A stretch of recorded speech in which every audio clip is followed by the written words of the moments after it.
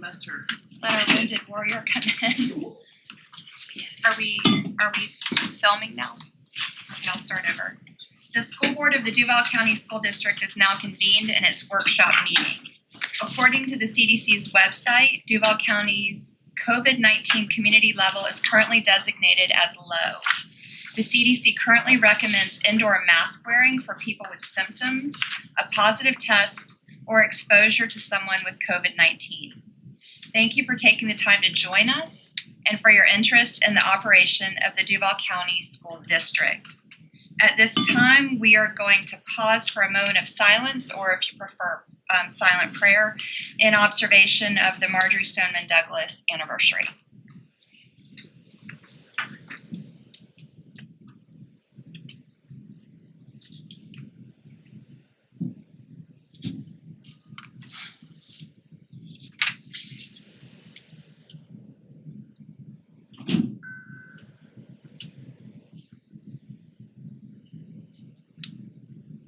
Thank you.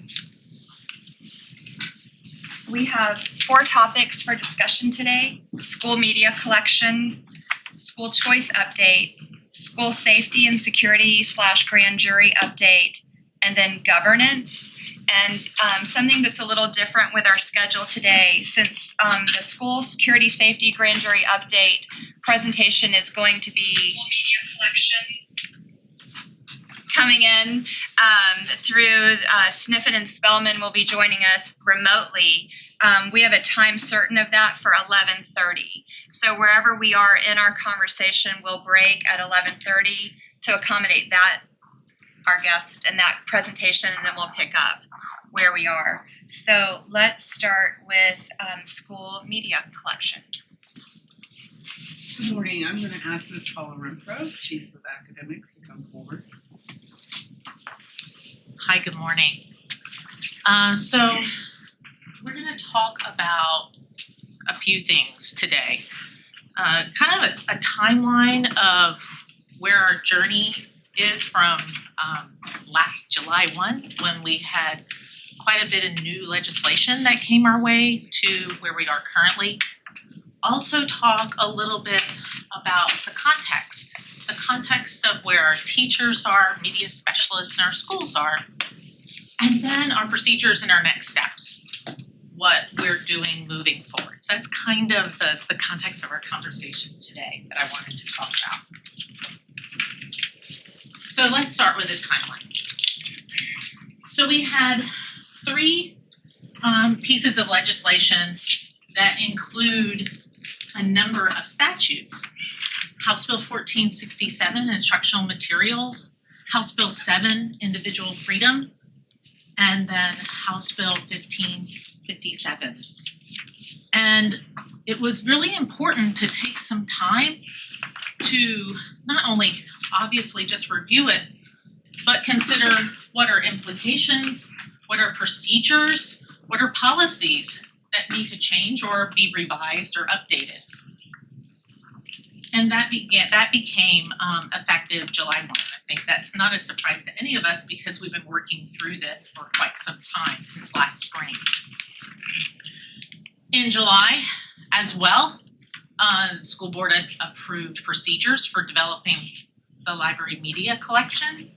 We actually already had those procedures. So one great thing about Duval is we're quite innovative and we look ahead and very goal-oriented. That's very evident in our strategic plan. Very thoughtful process that that takes place here in our district. We also align policy language to ensure that we were in alignment with our new state statutes. In July, we had a principals meeting, our Welcome Back Principals meeting. They always say it's their favorite one. I'm saying that. Yeah, it's a joke because the Welcome Back Principals meeting is always, what do you have to do? What's required? What's new policy? All those things in it.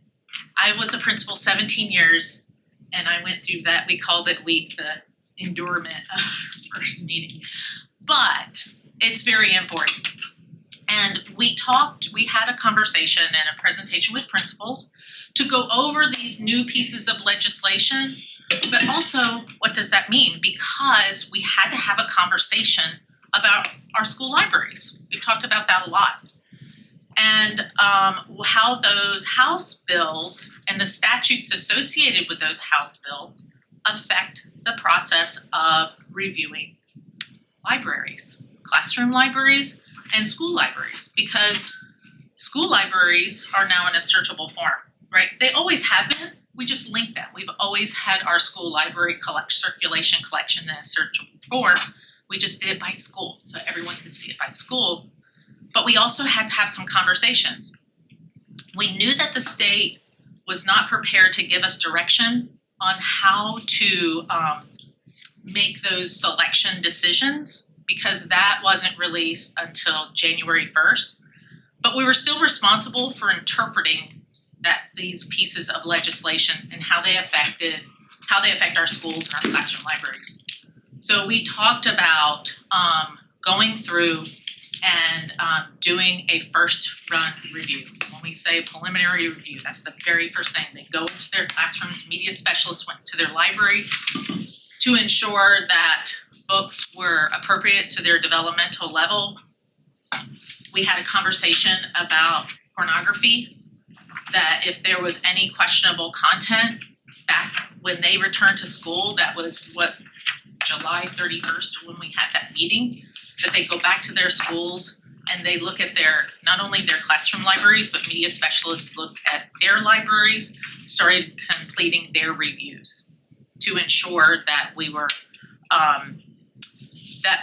in line with statute language as we interpreted it. In August, teacher pre-planning. So teachers across the district all engage in in-service on one particular day. It happens to fall on a Wednesday for us. I personally met with all media specialists. Now I want to provide context about our media specialists. We have certified media specialists in our elementary schools. We do not have certified media specialists in our middle schools or high schools. We do have some with clerks, but they're not certificated media specialists. We also walked in with 28 vacancies in August, our media specialists at the elementary level. So we had quite a large task knowing what we were facing in terms of human capital. So it was important that all of our media specialists worked together. So we went through, just as I did with principals, and explained the statute language as we interpreted it. And they began their reviews. We have one supervisor of instructional materials and media services. She's a certified media specialist, and we have one district specialist. So those two individuals started going through our initially 28 schools. We currently have 22 vacancies, so 22 of our schools that do not have a certified media specialist. And they were working through those libraries while also holding classes full-time. So they had a large job, and we also knew that we would get further direction in January when the state released their training. Then we come to December. So December, through a memo from the Florida Department of Education, alerting districts of the passage of Rule 6A 7.013. So this rule adds that in addition to school libraries at the elementary level, that classroom libraries would be on a searchable site. So every classroom library. Unfortunately for us, I think it's worth mentioning, there was a period of time in December, and I'll speak for Dr. Green, she can also of course chime in, where a couple of listservs spelled her name incorrectly. So we actually didn't get this memo and a couple of others in December. We learned about it in the state training that was, I watched it, the state training from the Florida Department of Education, January 1st. So we knew we had to come together, get caught up to speed. And it was interesting, typically every week, the Florida Department of Education sends a weekly update, kind of like schools send out their newsletters. Usually you would see things like this. It may have been a busy month, that whatever, but it came in a memo to superintendents, not in a weekly update. So that's okay because we know about it and we received the training. So we knew that we need to create a plan in place to add classroom libraries. And how would we do that in an efficient way? I'm going to talk about that towards the end of the presentation. And then in January we had our monthly principals meeting. By that point, I was getting a lot of phone calls, all of us were, a lot of phone calls, a lot of emails, text messages of folks that had taken part in the media specialist training. And it's not a long training, it's 50, I've memorized it now because I've had to say it so much, it's only about 52 minutes. But they were very anxious about books. So I came into the meeting knowing that we had some very anxious people in the room. And my goal was not to make anyone feel more anxious, but to feel more knowledgeable about this legislation now that we had training from the state. And that was really our goal. Our goal was not to come in and say, we are going to reduce libraries. I think it's very important that we use this opportunity so that we can share our narrative around this topic. Because it is unfortunate, but it does happen that there are media reports that honestly, they aren't accurate. We talked about and I'll talk about it in a couple of slides, the state training, talked about what that means for schools, talked about the vetting process. And at that time, we were going to I was working with IT over the winter break and through January at a way to very efficiently take inventory and review books. While we were having that conversation, principals were they still had a number of questions. They remained to feel anxious. And we had to stop and just have a conversation. What does that look like in our media centers? They're gonna be, one, they had been working on reviewing books. But seeing the state training, they were scared to death. And that is not, I don't think that was the purpose of the state. I don't think in trying to educate that was anybody's purpose. So I just want to take a second to talk about books. One, it's because we care about our teachers, we care about this transition. We have media specialists that have never been a classroom teacher. And now they are going to be the sole individual that will tell a teacher what can or cannot be in their classroom in terms of books.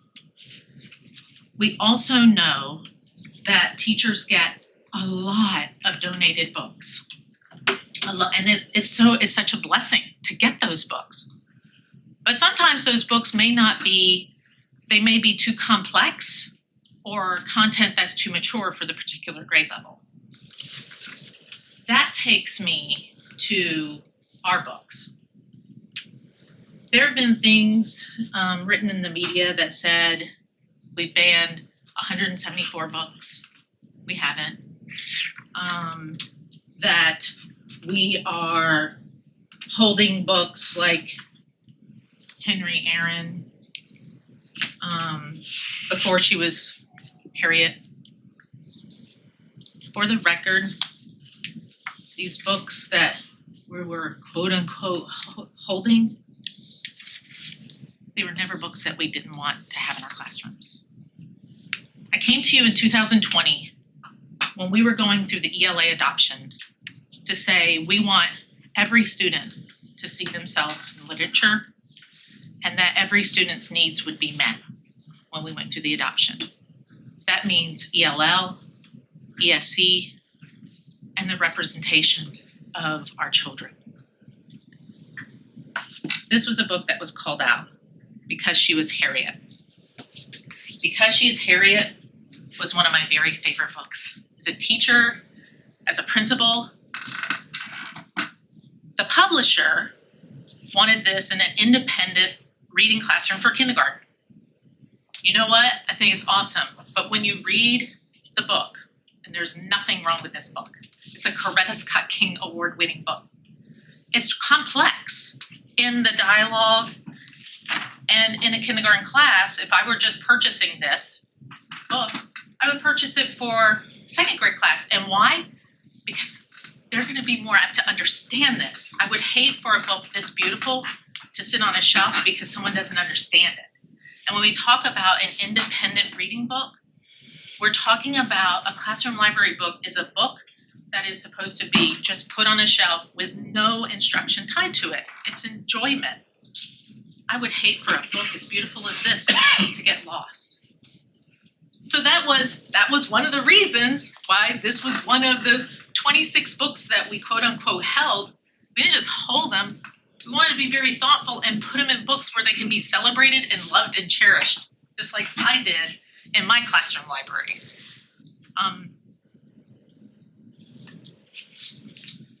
So I know that Paula is talking about a couple of the books that were in the media, but when we look at the collection that we have put into our classroom libraries since I became superintendent the very first year, the board approved over $1 million for books for African American students, Hispanic students, American Indian students. So we spent I don't want to say millions, but at least $1 million on a very robust collection. And this book, I Am Jackie Robinson. This book can be in our media center or it can be in a classroom library. But as Ms. Renfro is going to go through the slides a little bit further, it isn't just about pornography. There is the piece of legislation about indoctrination and not having material that could be considered indoctrination, or having material where students would feel bad about themselves. And so I'm just going to read one page of this book, and it's about Jackie Robinson, and he's talking about when he was a child. And he says, one of the scariest moments came when I was 8 years old. I was outside and a girl across the street called me a terrible name. I was so mad, I yelled a name right back at her. Her father came running immediately. He didn't like that a black boy was standing up to his white daughter. We were the only black family on our block. I don't remember who threw the first rock, but the fight was on, me versus her dad. I had a good arm, but no one wins in a rock fight. Eventually, the girl's mother came out and broke it up. Like I said, the world can be a scary place, but even as a kid, there was one thing that always made me happy. So he continues on to talk about baseball, but a couple of pages later, there is a picture of children in a pool, and it says, "For us, by whites only, whites only." And so it's talking about racism. Well, this is slated to be in a second grade classroom library. And we are asking our media specialists to make the decision whether this book should stay or not.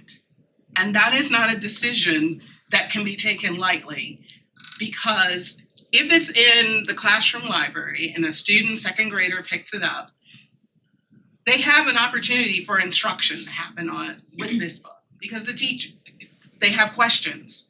And so it could lead a teacher to having a conversation that could lead to questions, someone saying, I didn't feel comfortable about what was being said, but this book should be in our media centers and this book should be available for children. But now you have to decide, well, what grade level?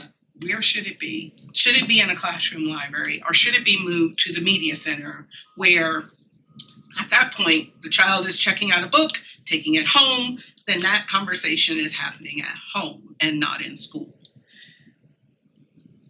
We are only bringing you a fraction of the books. And it isn't just for African Americans. There is a book here called Coolies. And you can see the pictures. It is very evident that this type of work that they are doing is because they are indentured servants. And the people, you see pictures of white people holding guns.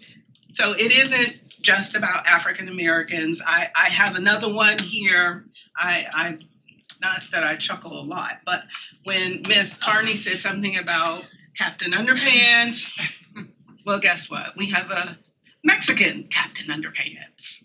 So our media, we have over 1.6 million titles in our schools. And the vast majority of those titles are in classroom libraries. And that is where the sticking point is coming.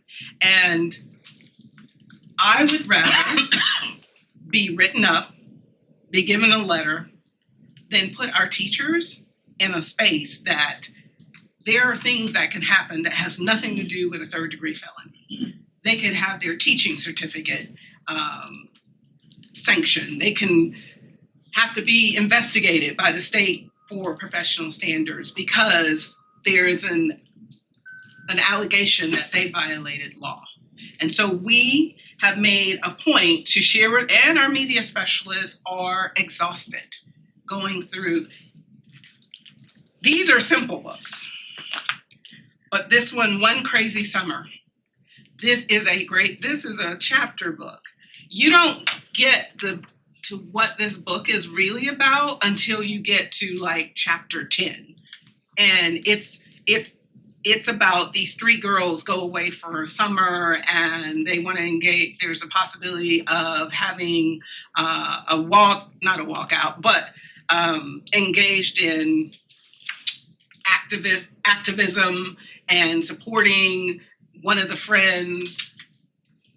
The time that it takes to go through this to make sure, okay, this is currently like a 5th grade book, could be in a teacher's classroom library. I'm not allowed to make the decision where this goes because I'm not a certified media specialist, but a certified media specialist may believe, well, I think we need to move this to middle school. But they have to justify their decisions about what they are doing. And so that is why it was so important that, hey, you can review it, but be cautious about your libraries because one, we didn't have the system in place yet to scan the barcodes that are on generally the back of books to make so that this could be a searchable website for families. And two, we only have about 78 media specialists and 157 schools to go through all of this material. And our district group, it's 2 people to come back and review this. The book about Rosa Parks, it was a kindergarten classroom library book, but it has pictures of the Ku Klux Klan.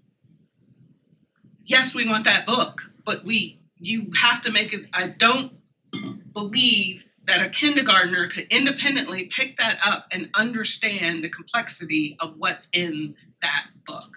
And therefore, we have to work with our media specialists that this is under review. But here's how we are different than some of the 66 other school districts.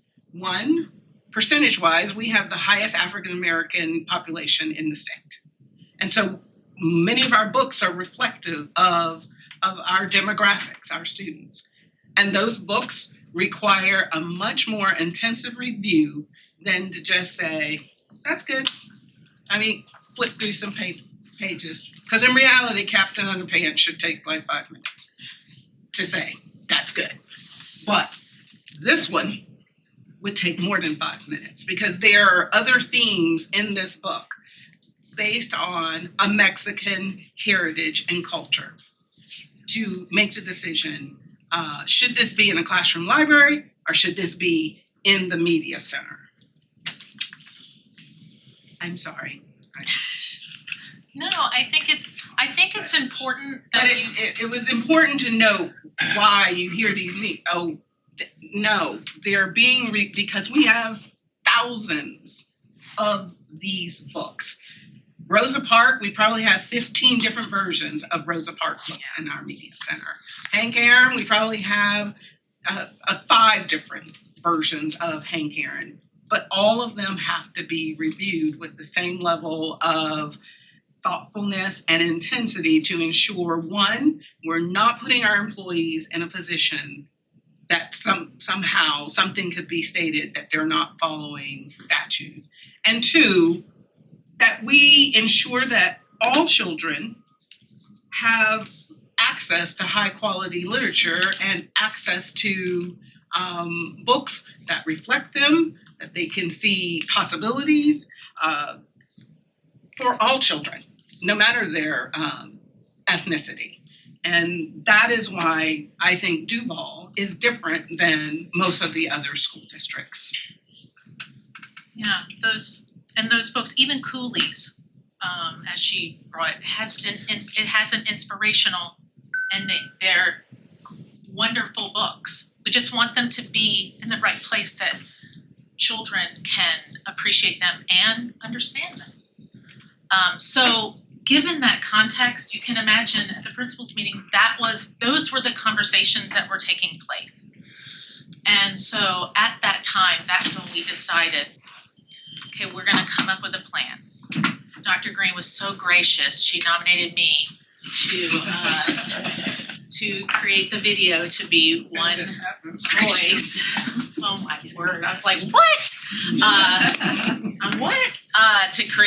To talk about, once we have the process in place, that this is what's going to happen in the process.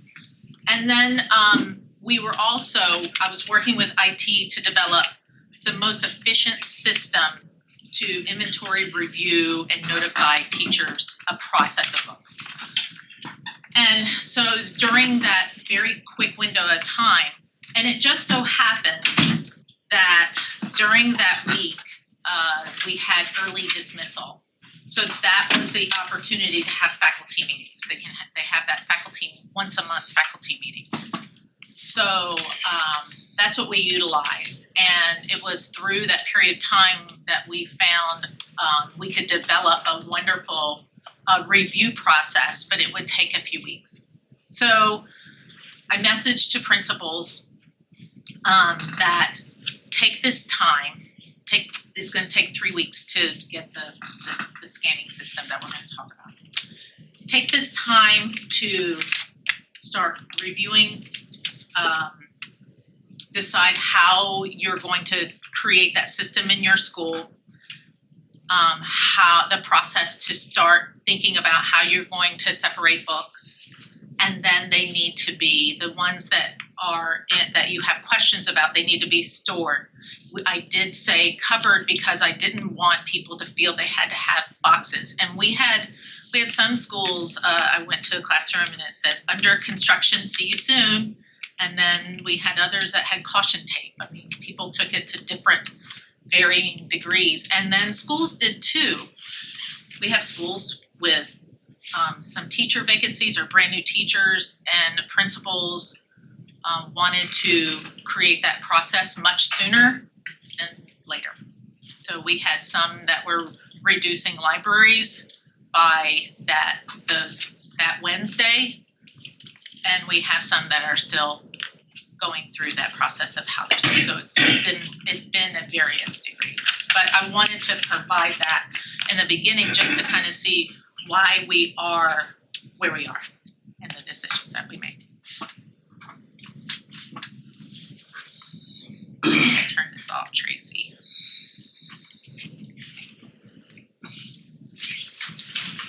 Tracy, I can't turn this on. There we go.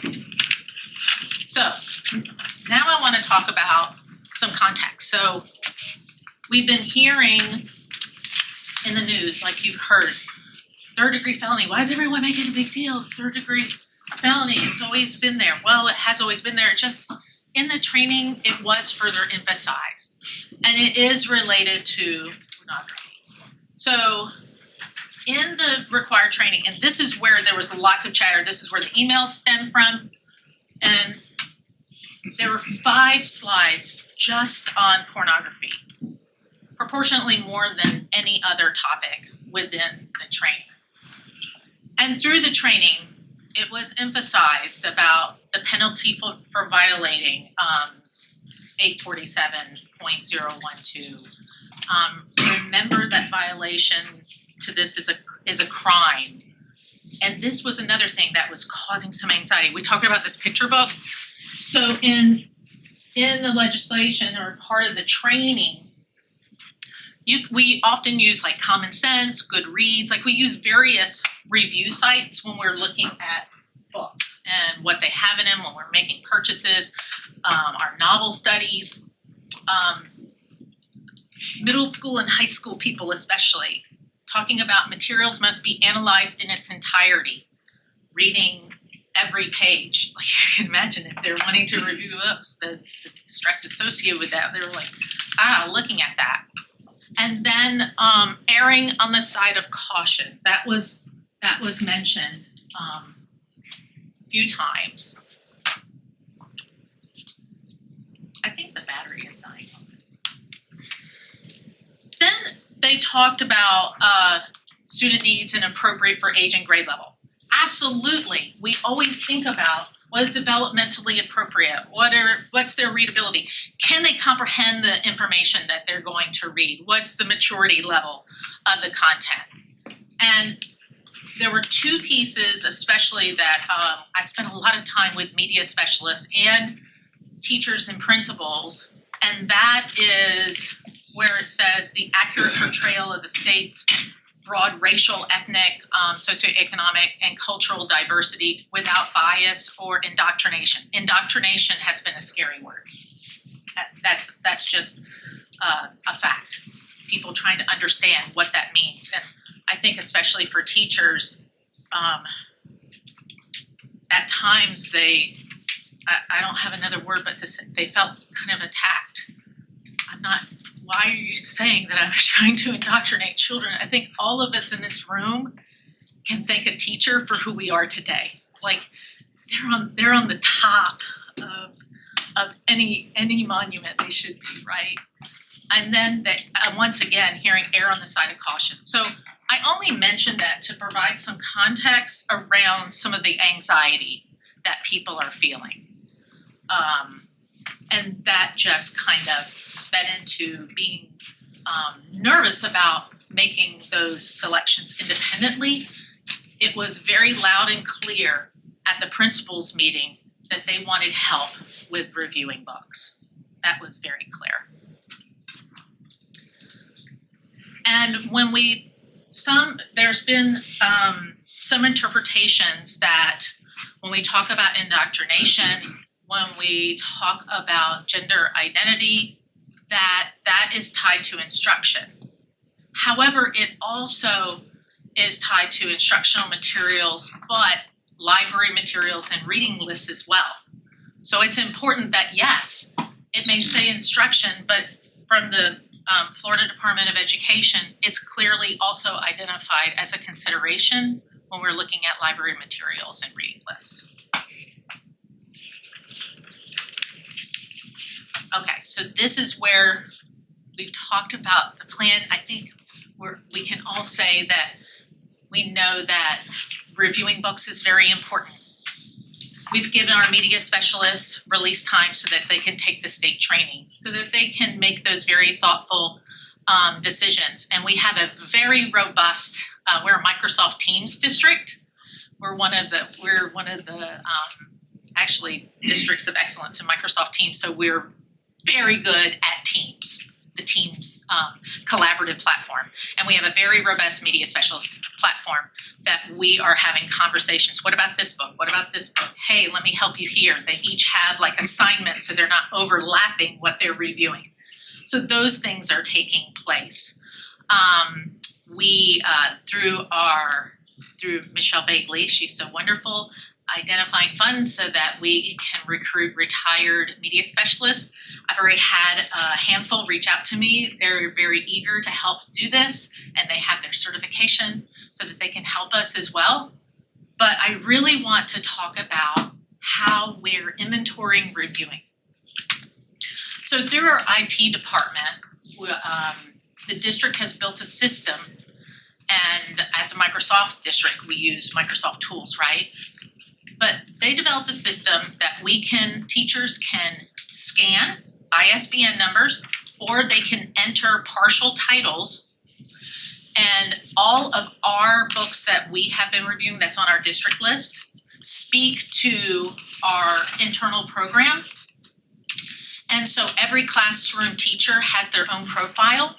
They can scan a book, or they can enter the partial title. It will automatically tell them if it has been approved, not approved. If there's media specialists, it works in real time. So media specialists could be reviewing a book, like they've entered a title, but they don't have an outcome. It could say pending. And then they can also request if their particular title is not in that inventory, that it will be notated, and then they can just add the title. We have it already banked and linked to a system that it will auto-generate the ISBN number and populate with a picture. So not only will they see the title, they'll see the picture of the book so that we can ensure it's the right book. Because just as we said, like there could be 12 copies of Rosa Parks, right? But we want the right copy that's in that classroom library. And then what happens is that list becomes their inventory. It is in a searchable site. It also speaks directly to the media specialist, or in those 22 schools for which there is a vacancy, it will talk to our 2 district people. They will be the points of contact to complete the review of the classroom libraries. But it sends them a list, and it also sends them titles that need to be reviewed. Once they have reviewed books, the media specialist, no matter the media specialist in the district, it gets fed into that list. There's an email that's auto-generated to the teacher that says, hey, you've got more books that are approved. So they can look at their dashboard, or they can wait for the email, but the email immediately generates.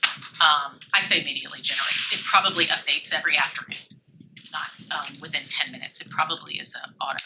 We're still working through exactly, does it take 3 seconds or will it take 30 minutes to get the generated email, but it immediately populates on their list.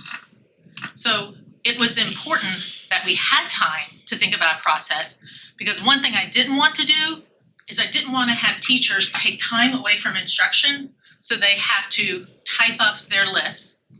They have to wait for those lists to be approved, and then they can get to their books. That's so labor intensive, and we're in 2022. There's no reason to do that. We have to have a very intuitive process so that we can support teachers, but we can also create a process that they can still teach their kids, and that there's opportunities for volunteers to help with the process as well. I was already thinking, when I was thinking through this process, and when we were talking about just the process of our books, all in general, through my principal lens, like I could already think of my parent volunteers that we could create a staff to help with this process. So that is where we are today. I'm meeting with IT. They are in full test mode. They haven't had any issues, so that will be coming very, very shortly. And lastly, I want to talk about what this means, all of this work means in the future. Because part of the ruling also is parents being a part of this review process in terms of making decisions at the school level. We have schools, let me back up. So summer reading lists, we did ask this year because of the review process and where we are in our media specialists, that for summer reading, that they do choose books from the already approved benchmarks for excellent student thinking list. if anybody ever wants to see that, it's in the back, it's in the appendices of the ELA standards, the K-12 ELA standards. That's always where an easy place to find it. But in starting with the next school year, having media advisory committees at our schools. We have it at the district level, but having it at the school level where community stakeholders, parent stakeholders are a part of what is the plan of developing the library? What is our 5-year goal at our school? And what is it that we need? I know that I needed at my last principalship more STEMs book because we were starting a STEM lab. So we know we needed to make those purchases. So we got with PTA and SAC, like those kinds of things that are taking place. Helping make decisions about the book, supporting any recommendations for summer reading, like being a part of that, knowing what the goal of your school is and what the vision is, that we provide some literary activities together. And that's really where we are and where we're looking to. Thank you. I've seen a lot of writing, so I think we have some questions. Who would like to start?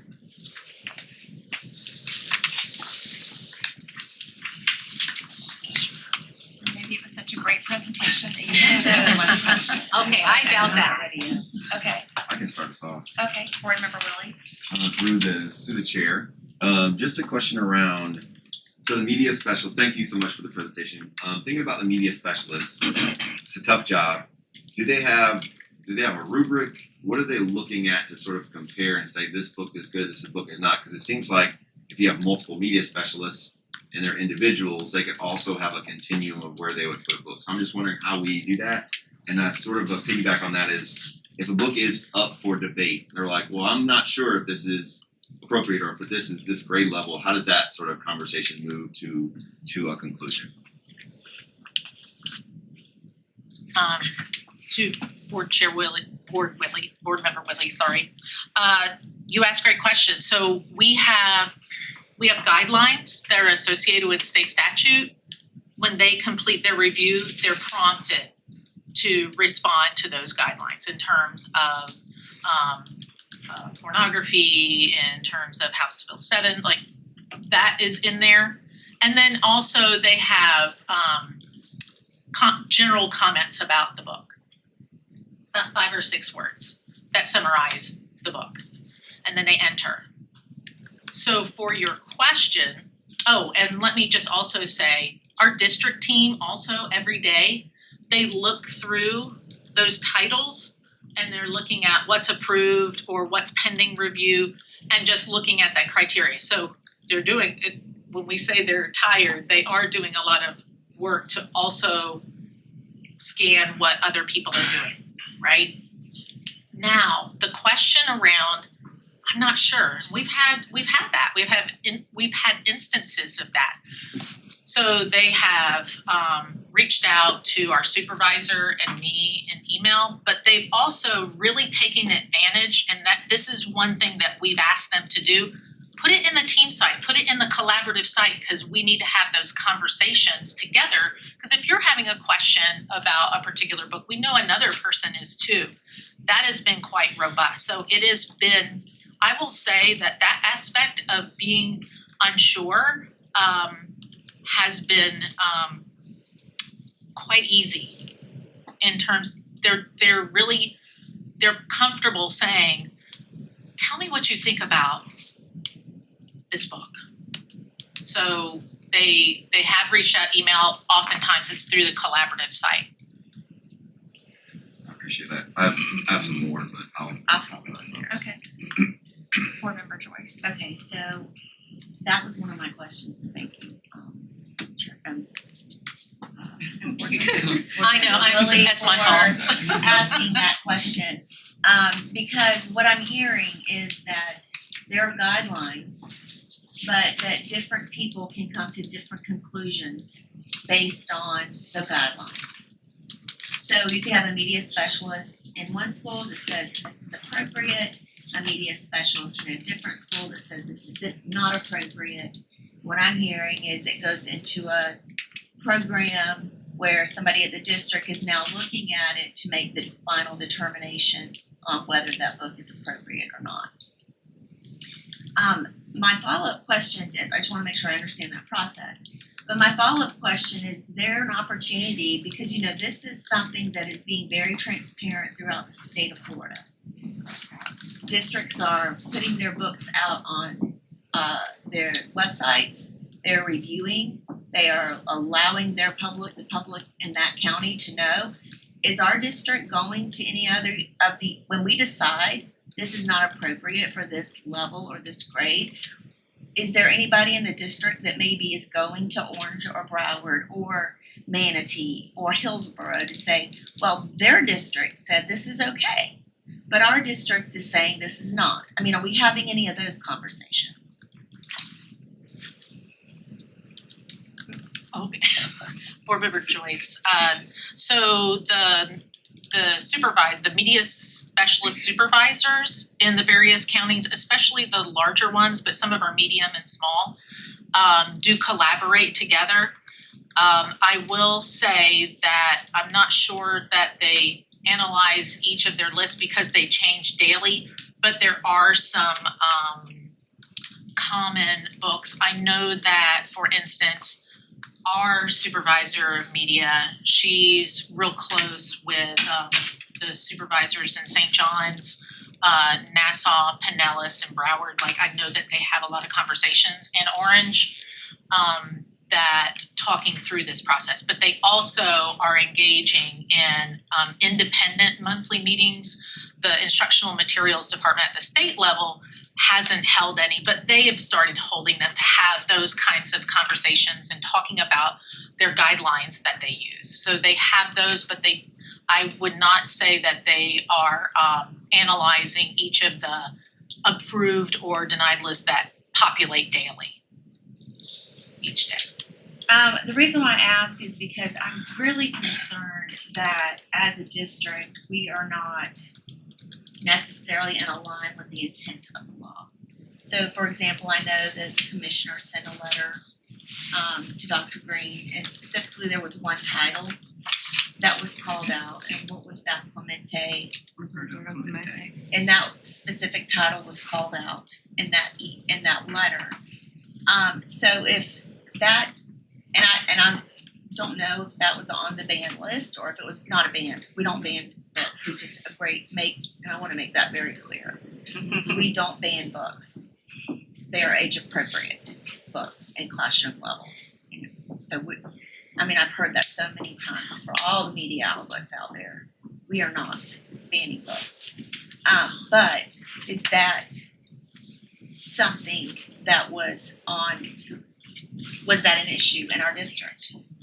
That book was specifically addressed in the letter that you received. So I'm kind of wondering, where were we with that specific book, and are we really following the intent of the law, or is there really a disconnect between the state Department of Education and our district? Through the chair to Board Member Joyce, I don't know that I would say disconnect, but just like I went through this book, I Am Jackie Robinson, there are similar themes in the Roberto Clemente book that need to be thoughtful that, yes, we want to keep this book, but it might not be in the right grade. And the difference between this book and the Roberto Clemente was that book came in the Essential Voices collection. The Essential Voices collection came during the, I'm not even gonna say because I don't remember when those books came to us. But when those books arrived, someone opened the box, found that there were titles that we did not order. The company substituted these titles. We had concern and pulled all of the Essential Voices books back. So we're talking tens of thousands of books because they were for every single elementary. We first had to figure out what are the substitute titles, why did they give us these substitute titles? We made a decision that we're sending all substitute titles back. It doesn't matter what whether we would have accepted them or not accepted them, because it was too laborious to try to figure out going through every single one. Then we had to argue back and forth with the company because they didn't want to take them back. And we said, yes, you will take them back. This is not what we ordered, and you need to fulfill the order that we put in. So once we were able to get that all clarified, we went through all the titles and still found books that, based on whether it is pornography or indoctrination, what is the third one? Gender identity. Those are the books that we put to the side and said, we need to get the ones that we already know. These are not going to be, these books would not need to go through a review. So all of those books got sent out to elementary schools, which left somewhere around 40. I don't know how many were left for full review. 27. 27. Of reading every single one of those books. Some of those were short books, some were chapter books, but reading every single one. Those books then went through a second review because, again, we might have thought, yes, we need to keep these books, but based on what they're saying is the grade level, we don't think that's an appropriate grade level. And again, making sure everyone's on the same page and that in the end, it still has to be a certified media specialist who makes the final decision. Even if I'm saying, well, I have to live with the decision that they've decided. And so, yes, we said, well, you need to put these to the side because we have not received the official state training. Then in January, then the media specialists received the official state training, and that training just brought up more questions until finally we could say, these books need to be back, not back because they never were in schools. We need to put these in schools, but not the grade level that they were sent for, and here is the appropriate grade level. So we are more in a line. We took everything that the training said that we needed to do, and the issue about appropriate grade level was the concern with that book because of the complex topics inside of the book that related to racism. And we are being, as I stated, if I get a letter, that's fine, but I'm not going to put our media specialists and our teachers in a situation that down the road someone says, well, you approved it, and I don't think that that book should be in a classroom or in a media center in either areas. But classroom libraries are more of a concern versus media center, because that's someone who chooses and takes a book home. Classroom libraries, they may be reading it during small group time. Classroom libraries, they may actually receive instruction. So that is why they only mentioned one book, but there were others. There was Rosa Parks, there's Hank Aaron. So it wasn't just that one book. So were those books in question from the Essential Voices Yes. collection? So the books that all the books in question are from that specific collection? Only from what is being in that email. Those were all from the Essential, but not all of these are from the Essential Voices. So the Roberto Clemente book was From the reported as being banned, and it was not banned. That is correct. It was, We were just holding it so that it could go through a thorough review after they had the training from the Department of Education. okay, I would like, because at the end of the day, who gets the phone calls? We get the phone calls because we are banning books and get the hate email from being banned. I would like to see the training, the video myself. I feel like there is still a lot of discrepancy about what is okay and what's not okay. To clarify, you wanna see the training that our staff saw from the state? Or- Absolutely, Okay, yes. so you're I've asking, seen the training video that Ms. Renfro published, and the only thing that I would say that concerned me, well, not the only thing, but what concerned me was, as a teacher, and if I look at this video, I think that if there, of these three elements that we've described, and I can't go back, one's pornography, the other two were not, that of those three, that I could be charged with a felony for any of those. And that's just not that's not a fact. And so, I reached out to our attorney, Mr. Poole, and said, I think there are teachers in our district, based on what I'm hearing, that believe that if they are going to let their child in their classroom read this Jackie Robinson book, that for some reason they think that they can go to jail for that that is a felony. So Mr. Poole, can you clarify that when we talk about this law in that regard, what specifically, when did the law come into place, and specifically what could a teacher actually be charged with a felony for? Is it for the Jackie Robinson book? And through the vice chair to board member Joyce, to answer your question, this statute, House Bill 1467 amended a statute. The statute itself and the reference to pornography, for those who look it up, what it does is actually reference another statutory number, 827, I think it is. That's the pornography statute. So that provision in the statute was in effect from 2017 to now. So the part that says you basically can't show pornography to kids. So that is not new, and that carries a criminal penalty. That's the only reference, and it's not a direct reference in this statute, but it's by inference, by reference to the other statute. That's the only thing that carries a criminal penalty. But 1467, the other part of the question is when that went into effect July 1 of last year. okay. So how many more questions do you have, or can we pause and then let some others? Okay, good. Carney.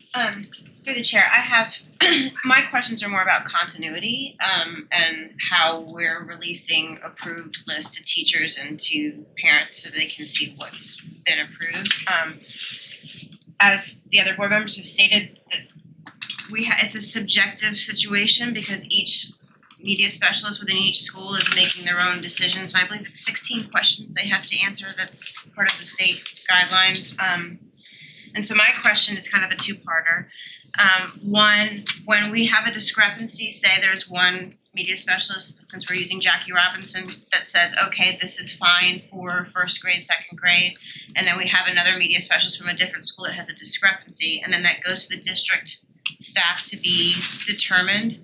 How long does that process take for that to happen once it reaches the district level is my first question. And then my second question is, are we working on one large master list for the entire district, or are these lists staying in between each individual school? So I'm just concerned about, one parent talking to another parent from, say, Mandarin Oaks versus Neptune Beach Elementary saying, well, that's not on our list, or this one's on our list. And so I just want to make sure that we're having some continuity throughout the district so that we're not having a lot more questions from teachers and parents as to what's being approved and not approved. I will answer the first part, and then anything that needs to be clarified further, I'll let Ms. Renfro answer. So they are required to have a searchable classroom library by school. So every school doesn't have to have the same books in their classroom library. But what we had to develop is that it could be searchable district-wide. So 5 schools might have I Am Jackie Robinson. But in the future, Neptune Beach might, oh, well, we went and bought and now we have it. They can easily search, well, that book has been approved because 5 other schools have it. So we can add it to our list. When a book is in sort of debating that, and this one's a perfect example, that this one says 2nd grade. And one media specialist might say, okay, I agree, this should be 2nd grade. Another media specialist might say, no, I think it should be 4th grade. It does come to the district. And that's why Ms. Renfro talked about the teams, because they have to write information. Why, I don't want to say justify, but they have to at least document why you think it should be this grade. And yeah, then someone at the district who's a sort of a team looks at it and says, well, no, this needs to be 3rd grade. Might not meet anyone. That's where it is. But the timeline of how quickly that happens, I would have to turn that over to Ms. Renfro. Thank you. So through the vice chair to board member Carney, we review that daily. So I'll give you an example. Kevin Hankey's Kittens with Mittens or something, that cute little book. And I will also say the media specialists go through, because when I get on and we have one district list. So we have everyone contributes to one district list, so you're not stepping on each other reviewing the same book. So that's worked really well. So when they're looking at the list, that Kittens with Mittens or whatever that title is, Leah said, wait a minute, that's marked, because we mark yes, no, and then our rationale, the grade level, and then, why. And she goes, why is Kittens on teams? Why is Kittens with Mittens? No. And then Sarah got on there, she goes, oh my gosh, I reviewed that yesterday, I'm sorry, it's supposed to be a no. And then our supervisor said, already caught it, made the note, thanks ladies. So there are lots of eyes looking at it because they really want to make the right decision. And I think it's important to note, to add to that, if there is a book that was approved for, let's say Fahrenheit 451. It was approved for 10th grade and up, it's on the best list. 10th grade and up, but a 9th grade honors class wants to read the book. They can request, hey, we would like to read it in our 9th grade honors class. And then our media specialist would just review, is there any reason why? If there's a particular reason, they would voice like, this is our concern about 9th grade, or they could adjust the 9th grade and up, make it 9th grade and up. I wanted to add that because I think it was related to your question. Sure, yeah, I just wanna make sure, because we're getting a lot of feedback from the public, and so I just wanna make sure that we have the right answers to let everybody know that there will be some continuity, and even though there are some books that won't be in a specific school, they still could be on the approved list even though it's not in your library and vice versa. Thank you. Anything else? Not right now. Okay, Hershey, board member Hershey, do you have anything? Well, a couple of things. My first question is, because this started in July and now we're in December, I understand the timeline if there was some delay in waiting. I have not observed that many other districts have run into the same speed bumps that we have. So I'm just kind of wondering why we've hit some of those speed bumps. I'm not hearing some of the same noise out of the other large 7 districts. And my other question is I get that this is a huge and heavy lift, and I do appreciate the effort to be thorough and to make sure we make the right decision, because I understand kind of the gravity of it. But when can we anticipate that, and I know we only have so many people, but when can we anticipate we're going to have this done by, is there a date certain, or is this is gonna maybe take the whole school year and not gonna be complete until the fall? So the first part of your question, through the vice chair to board member Hershey, the first part, the reason it is different for us, one, most districts have a media specialist in every single school. We do not. We do not have media specialists in middle or high. As Ms. Renfro said, we have 28 vacancies at the elementary level, so we're looking at about 70 media specialists maybe, covering 157 schools. Two, nothing was stated, or you probably didn't hear anything until the essential voices. And that was because, again, we received substitute titles. And some of those substitute titles were LGBTQ related. And that is when that whole thing became an issue. All from July, just before pre-planning, media specialists had been vetting books, and you heard nothing until after we had the training, and then we shared with principals. Again, I don't think any of us have stated that we didn't think that we were different than other school districts, other than our really low number of manpower of people that could actually do this. And the concern that we had was not many districts have the level of diversity and collection that Duval has, nor the robustness. We keep saying 1.6 million. We actually started with 3 million. They've gotten rid of a lot of the 1960 old stuff. Just kind of cleared that out for during the first semester. We have just invested in the last 4 years in books, because our curriculum didn't have books tied to it. You know, we had Duval Reads. It was a workbook. So we have just been really putting a lot in our classrooms.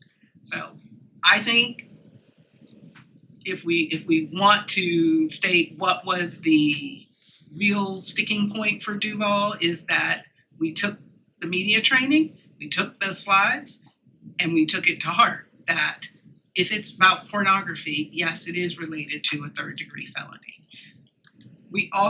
There is also a piece that was not shown that is a part of the statute, that once you put in procedures, principals, you are now held accountable.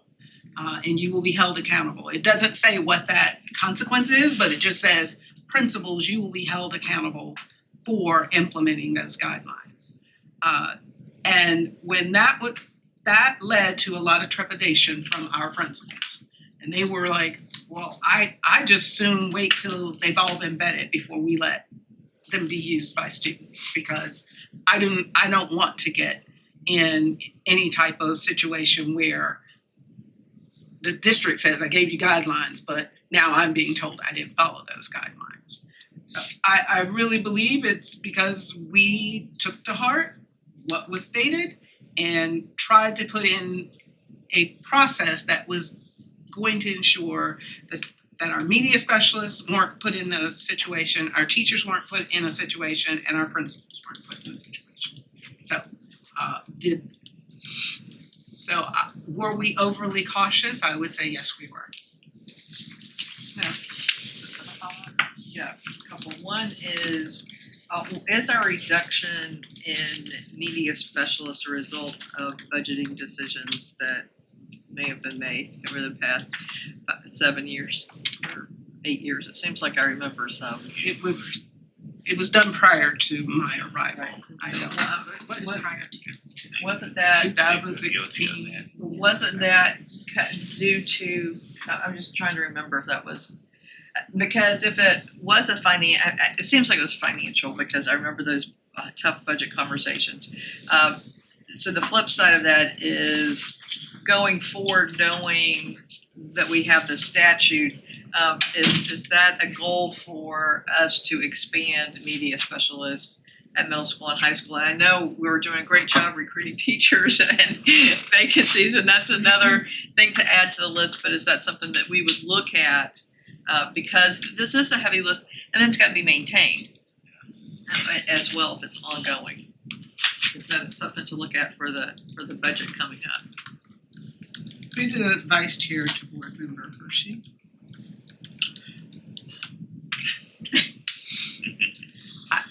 It is something we should always review.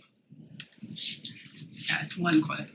It's not so easy to say, yes, we can do this and, oh, by the way, what are we cutting? Where else are we going to Or figure maybe out? a phase in or something. I mean, I'm just, it's So just, this year we did phase in, how many media specialist positions we added this year? Because we knew this was coming and we maybe 5 or 6, I don't know what, it wasn't a large number. but I mean, I'm just thinking long term that might be, I know those are other schools, but maybe long term that, okay, we need to add these back over time. And I have forgotten my other follow-up, so I won't. I'm gonna go Go back to around a that. second time though, so if you remember it, and I'll go to Board Member Jones. Thank you, Madam Chair. I just first of all want to thank Dr. Green, Ms. Renfro, for the work that you've done in protecting principals and teachers. Being in a former classroom teacher, I think, adds to your experience that you realize that our teachers and our principals are very concerned about this. And it's something that's very frustrating because I've had the calls. And when we talk about the essential voices, a lot of the questions I had was, why are they banning Jackie Robinson and Roberta Clemente? And it seems like the minorities are the books that they're attacking. It's not all the books, just those. And those are kind of questions I had. Then the question about book fairs. Can we still have book fairs? And what books are the books that are presented at a book fair? Are they subject to being screened also? Because if I'm buying a book to take home for my child to read, does that book have to be screened by this process? Through the vice chair to Board Member Jones, book fairs are not a part, but we do encourage principals, hey, you should look at the books because they will send substitute titles. And once they're there, but you should at least go through your books that you're having book fairs. But book fairs do not fall under the same guidelines as media centers and classroom libraries. And the charter schools are not subject to this type of scrutiny. Through the vice chair to Board Member Jones, we were told that they don't, but somebody seems to believe now they do. But that's not the information that I have, that they're required to do this. And the fear, and I have a friend, Rodney Hurst, was invited to a school to speak on his experience doing Axe Handle Saturday. And he had done this for year after year. And this year the principal felt like that they didn't feel comfortable with him speaking on Axe Handle Saturday at the school. And this was at a middle school. And I thought that was something that was historic, that was appropriate for that particular grade level. And I was just disappointed that the principal made that decision, understanding why they made the decision, because they're concerned. They don't want to get sued, they don't want to be investigated, so they were uncomfortable with it, and so he therefore did not speak. And that's part of our local history. But thank you again, Dr. Green and Ms. Renfro, for what you're doing and protecting our teachers. I'd like to just say something. I was gonna go around and start with, just go around the horn again. Okay. I think we can be here all day talking about this. I think it's wild to me that you can put a law in place, not have a bunch of clarity, and expect people to not be scared or trying to figure out or make the best decision. And we're here on purpose. Like, this happened all through the summer. We were talking about not wanting to talking about LGBTQ in the classroom. We didn't want to talk about systemic racism in the classroom. So where it does is it evolves into policy, and policy becomes unclear. And then you have a system, a district and superintendent and principals who have to implement it, but it's gray. And then we're wondering, like, well, why did it roll out this way and not that way? Because it's unclear.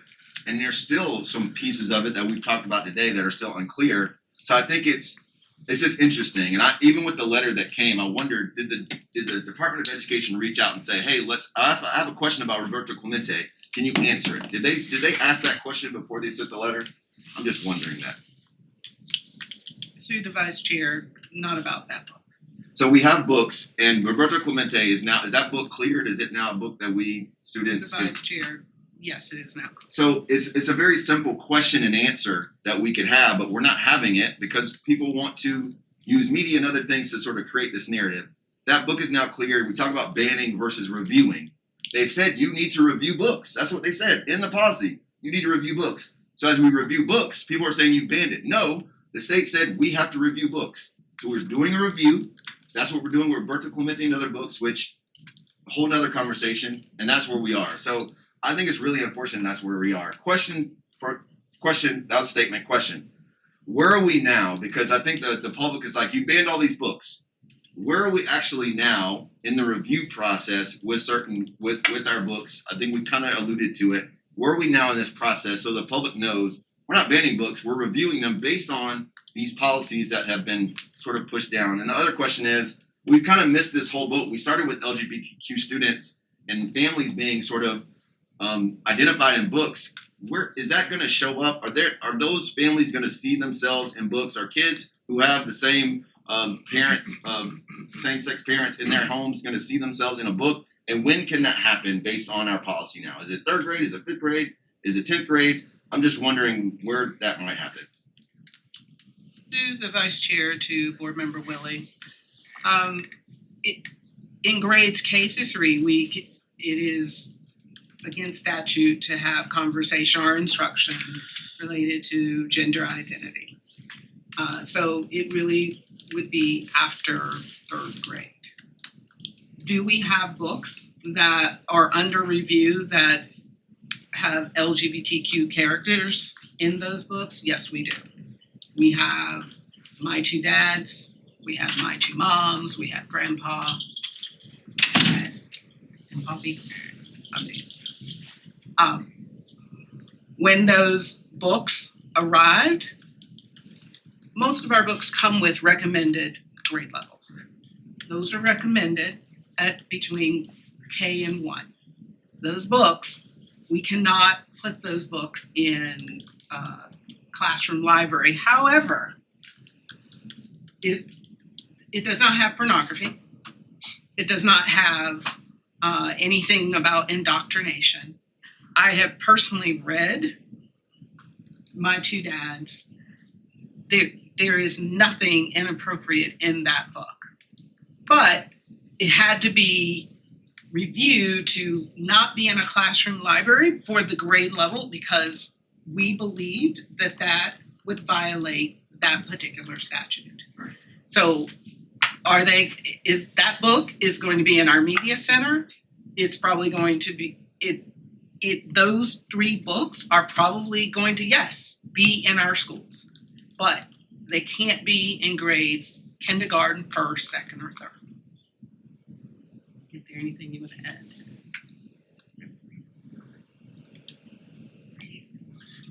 I appreciate that. And Follow-up? yeah, I also know two key points is there's also this piece around what's still available, because I know we have a robust library of materials that are still available to students and in classrooms. So I think people think, hey, you pulled all the books off the shelf, kids can't read anything.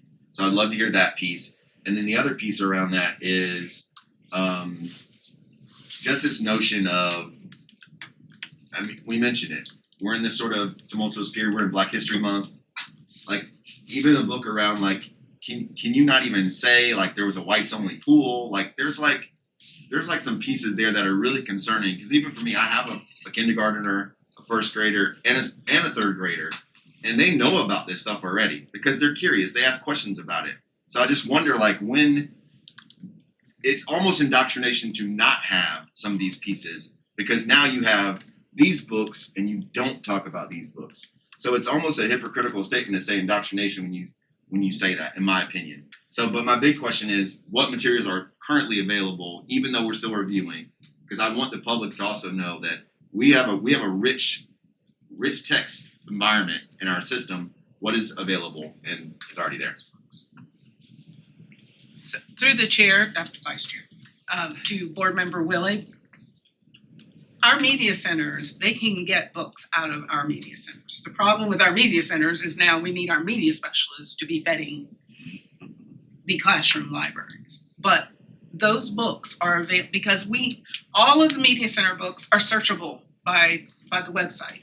So a parent can look up if a child was going to check something out, a parent can look that up. It is our classroom libraries that currently are not searchable.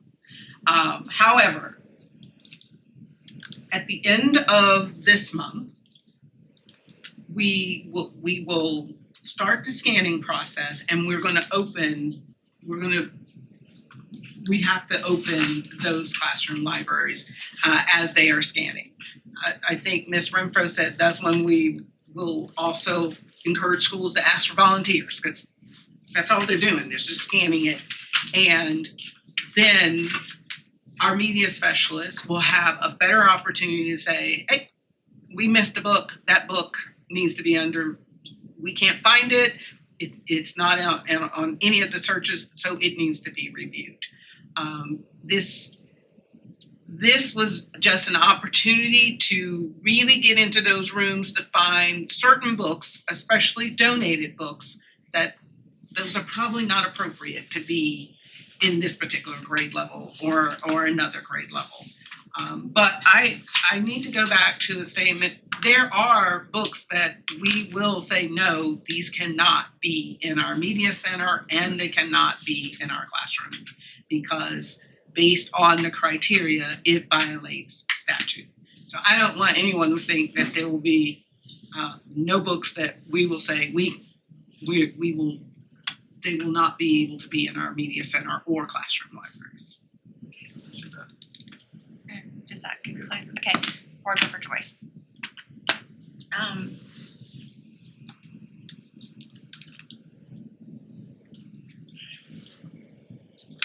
On the last page of the PowerPoint, it says next steps. So media advisory committees. And Ms. Renfro sort of touched on the point that these lists were going to be presented to our SAC, our PTA, and our PTOs prior to publishing. My question is, just for information purposes, because it seemed like that those lists would be presented so they would have input into those titles. But that kind of goes against the guidelines. So either these books are within the guideline or they're not. I just am not sure why these lists are going to SAC, PTOs, and PTAs if we are basically submitting what's being placed on this list has been reviewed by a media specialist. Through the Vice Chair to Board Member Joyce. First, the vetting is for books that currently reside in DCPS libraries, classroom libraries. These are all vetted, and these are just the list, because the law says that it must be searchable. The advisory committee is really about anything else you purchase from here forward. That advisory committee is supposed to have input into what that school purchases, or if the district is going to purchase, then the district advisory committee needs to give input into these new library books or classroom libraries. It really isn't about the books that are currently already in our system. So I think the list was just making sure that we have people who are on SAC, but their children may not even be in that school. So many of them, technology is not their friend, and so we're just making sure by every means that they have access to that information. Because really, if we just go to the website, you're supposed to be able to find it.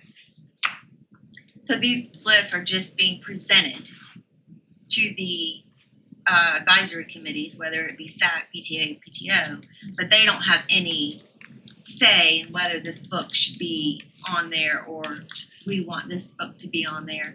I'm just trying to understand, is this just for informational purposes, or do they actually have some dialogue into the selection of these books? Through the vice chair to board member Joyce. These books have already been purchased, so no, they don't have dialogue into whether we should have that book or not. However, we have a process by which if they wanted to say, well, I don't really think we should have this book, there's a review process. So they can bring forward, we'd like this book reviewed, and it goes through the process. And if that process says, well, nope, we disagree, this book should be a part of that media center, then it stays. So that review process has been in action prior to the statute coming into law. But anyone can bring ask for review of any book. Okay, so is this list that's being presented to SAC or being presented to PTA or PTO, are these lists cumulative of every single book in the school, media center, classroom libraries, every single book? It is summer readings, what it says. Yes, but through the vice chair, I think list, see, I kept hearing list. Are you talking about reading list? Yes, I'm talking about the summer reading. summer reading list. Like, That making is decisions. for high school. I'm in English 1 honors, and so to be in that course, I might say you have 5 books you have to read over the summer. That's what the reading Would be list. unpopular. Yeah, you'd be an unpopular teacher, but 5 would be a lot. 5 is a lot, but that's what they're talking about, making sure that the summer reading list is available for their PTA SAC, which has never actually been available for mostly anyone other than the parents of those students. Yeah, I was just curious because I didn't know if they had some sort of say in whether this book was gonna be okay or not. Obviously being on SAC and PTAs, I've never had the list presented to me in the past. But as a magnet coordinator, I knew everybody's book list, summer reading list, so I needed some clarification around that. But I guess the other piece was, in other counties, volunteers are coming in to scan books. And that's what I'm hearing is you're saying this is where you wanna get to a place, we're not there yet, that we can have volunteers coming in and scanning books to upload into the system, but we're not there yet. Through the vice chair to board member Joyce, we hope to be there in a week or 2. Okay. Yes, and volunteers can come, we will encourage schools to have volunteers come in to scan books. And then one of the other questions I had around this whole ordeal that we're going through with these books is that there were teachers, as Ms. Renfro said, that had put bulletin board paper over their bookshelves. We even seen some teachers had volunteers come in, pack up every single one of their classroom libraries. I was told that some principals said, you need to take these home, take these books out of the classroom, take these books out of the school until they were vetted. And I'm just wondering, is that something that came as a directive from the principal on their own initiative, or was that something that was a directive from the district? And what was the intent? Through the vice chair to board member Joyce, we've sent you all every email that we sent out to principals explaining what they needed to do.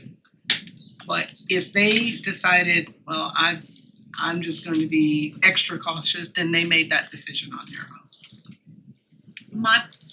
But what has happened is because of that principal making that decision has terrified some of our teachers in our buildings, where depending upon who your administrator is, you think I'm about to lose my job because I have Jackie Robinson on my bookshelf, or the other teacher in this classroom who has a principal that doesn't go to the extreme and says, it's like a parent.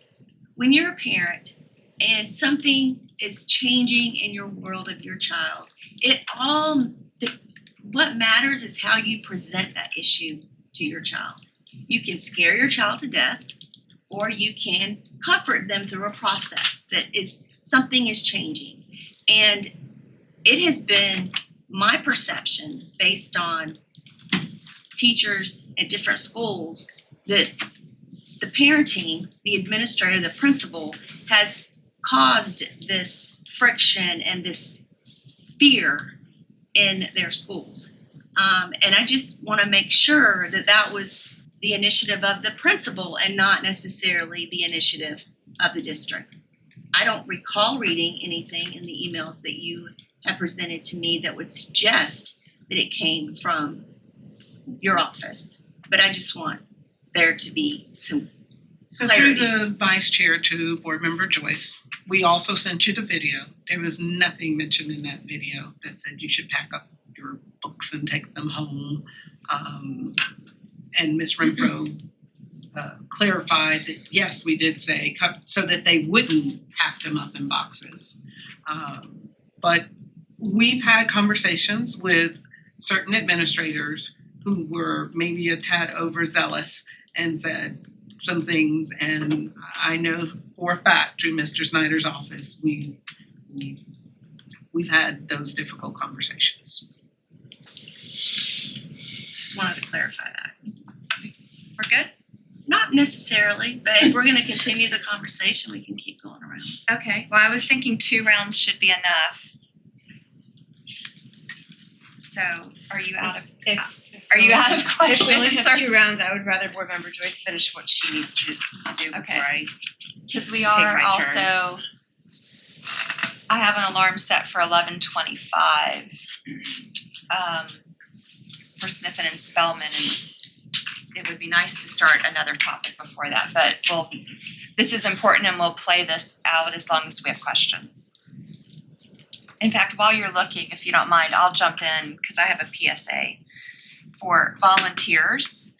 I'm hoping that we have a lot of, based on the number of emails that we have received on this topic, I am hoping that we have a lot of people who are concerned and may have time and be willing to help volunteer to get books available faster through their volunteer efforts.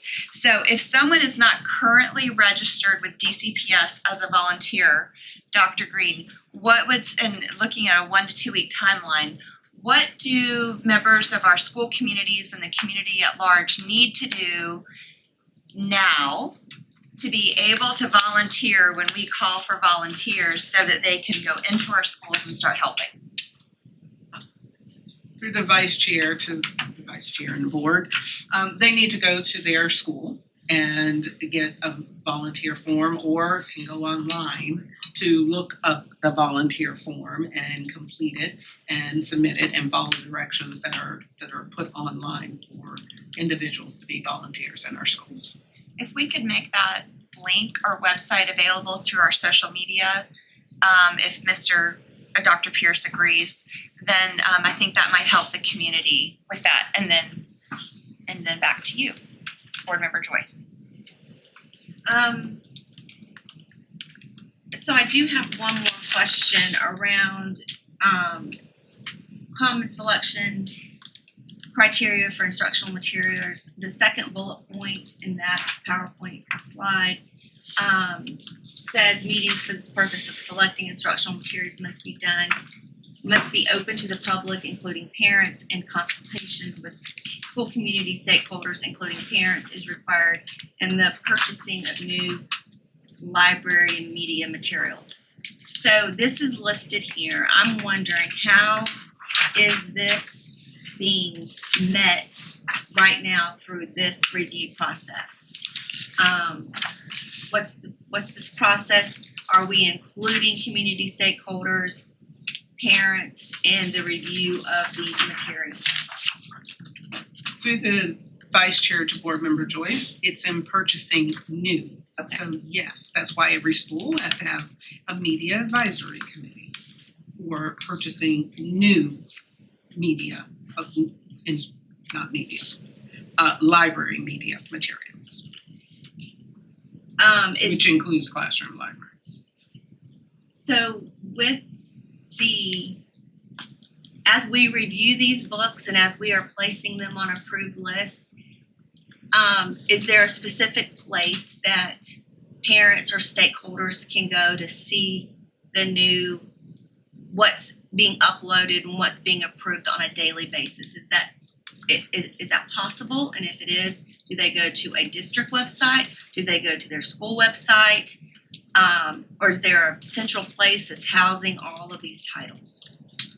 Through the Vice Chair to Board Member Joyce. Once the scanning of it will be on a searchable website of their school's website as well as the district.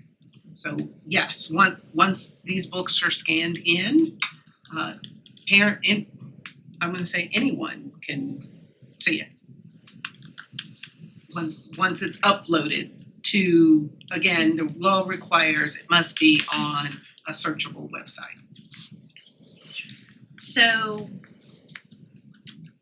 if we're talking about the book Jackie Robinson, it's approved, but for a certain grade level. Is it just on an approved list, or does it say approved for this grade or? Through Vice Chair to Board Member Joyce, it says grade level. It may say 4th and up or K-1. Yes, our books, they will have sort of a grade band. And is Most there, times it'll just say. I think I know the answer to this, but I wanna have this conversation because I know there's a lot of people that are interested. If there is a book that is approved for grade 4 and up, is there a process where a parent can say, why is it 4 and up? Why can't it be 2nd grade? Is there a process that a parent can go to the district and say, tell me why you've only approved this from 4 and up? And could it be reconsidered for another grade level or a younger grade level? Through the Vice Chair to Board Member Joyce, yes.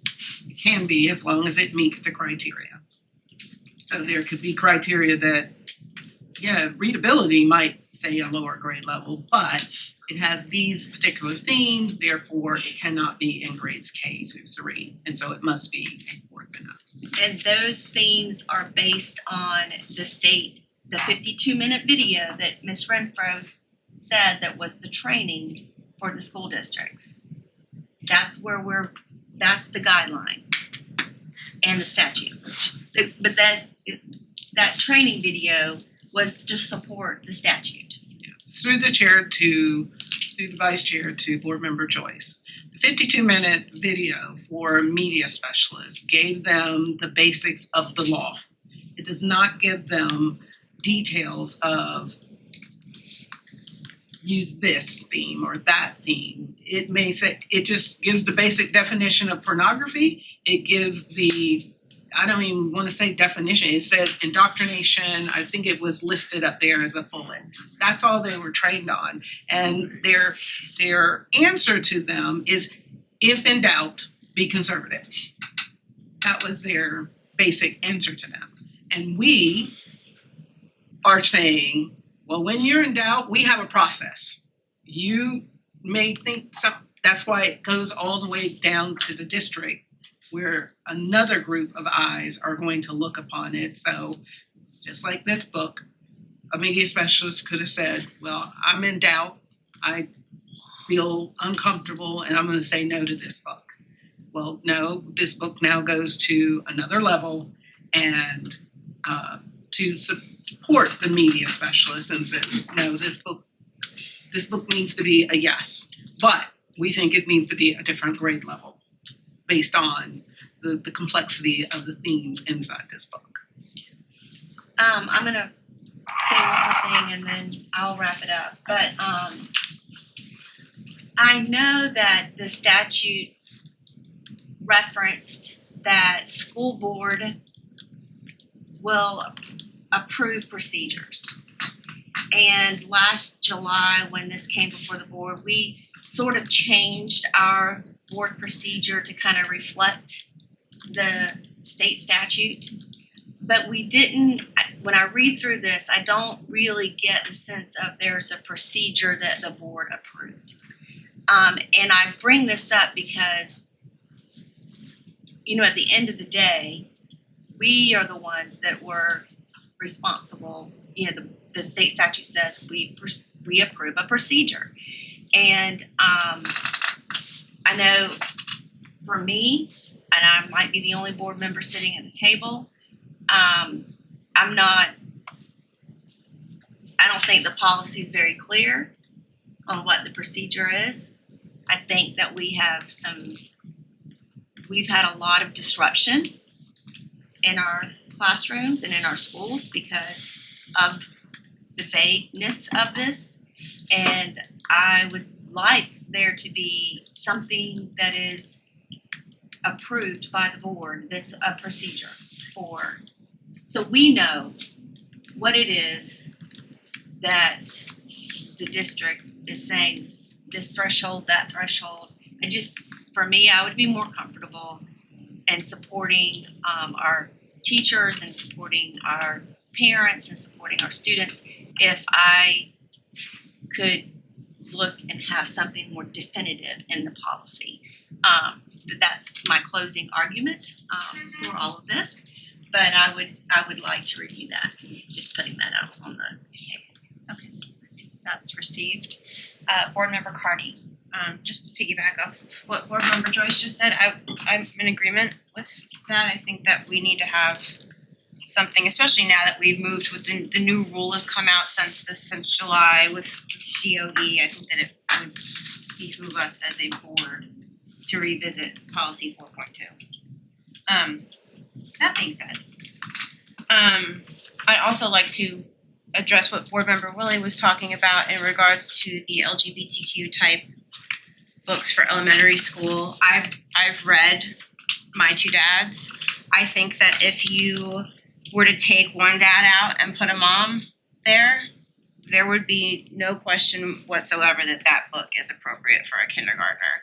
I think that DOE has stated that these are extreme standards, like these are extreme, like what's shown in the statute is, it would have to be an extreme violation to not have a book on the shelves. So just as an example, My Two Dads to me doesn't follow within an extreme part of the statute. There's no sexual activity in that book. There's no pushing gender ideology. It's just the world that we live in now. Most kids have two dads, or they have one mom, or they have two moms, or they have grandparents that are parents.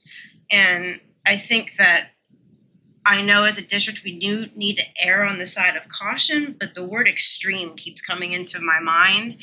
And I that also segues into my next statement about the principals having taken extreme action. And I think that it probably would be in our best interests as a district to have something put together district-wide to all of our principals that, yes, are we under a new law that's going to hold principals and teachers accountable for having extreme materials in the classroom? Yes. But do we need to go so far above and beyond to the point where a simple book like My Two Dads is not appropriate for a kindergartner and it needs to come off the shelves? Not necessarily. I think that a lot of this has been taken way out of proportion. I believe the media has a lot to do with this as well. But if we as a district can quell the waters district-wide and calm everybody's nerves and make them realize that not everybody is going to jail because they have a book about My Two Dads or Jackie Robinson. I mean, just like the Jackie Robinson book where it has white people only pool, it doesn't then go on to say you're an oppressor and I'm oppressed. That would be a difference. That's racism. I just think that there's, and I know it's all subjective, But I wanna take this time for us to really talk about this because it's important. We need to make sure that we are, yes, following the law, but we also don't need to go overboard and scare everybody to death. And so it's a fine line. It's a fine line and we're teetering on it. And I think that it's good for us to have these conversations because most of us have a lot of common sense and know what is appropriate and not appropriate. And that's what it comes down to. What's appropriate? What's not appropriate? All of us live in the real world, so do our kids. Unfortunately, due to social media, our kids know a lot more at a younger age than I care to admit, or any of us probably care to admit. But at the end of the day, if it's not falling under the extreme of the statute, I think maybe we need to, have a little grace with some of these books. So that's just my one comment about that. My next question has to do with the scanning system. So through the vice chair to Dr. Green and Ms. Renfro, were we using this same scanning system when we did the media centers? How did we review, because I know we did review the media centers first, right? So starting in July, we started the process doing the largest amount of books we have in the district first, correct? So what was the process that we used for the media centers versus now going with the scanning process? Through the vice chair Councilmember, to right. board member Carney, our media center is already under a searchable website called Destiny. Destiny, right? Okay. Destiny, when we purchase those books are literally scanned at the very beginning before many times they are even put on, well, they're always done before they're put on the media center shelves. But that is a very high level, more robust system. We did not, the cost of trying to buy enough scanners to do was cost prohibitive. So we were looking for a way to use our Microsoft Teams that, one, it could be easily done in classrooms. If I had I'm not sure I would give volunteers to go do Destiny. Volunteers can do this and simply find the barcode and it be simple to then upload, be able to put on a school's individual website, and at the same time, us be able to see it like, oh, well, yeah, that book's approved because it's in a library in Baldwin. They have that book and it's been approved. So that's how we got to this point, that Destiny, really, we just could not move that down to the classroom level. My next question is, so is this a district, I know that Ms. Renfro had said that we were working with IT on this process, so is this an in-house created program that we're using, or is this something that we've outsourced? Because I know that you can download the ISBN app on your phone and scan anything. I mean, even just as a regular Joe, user that wants to be able to have your own personal library, for instance. I know a lot of people have like walls of books in their house. They want to keep track of them. So is that something that we have created in-house, or are we outsourcing and using an outside program? No, this is our Microsoft Teams. Okay.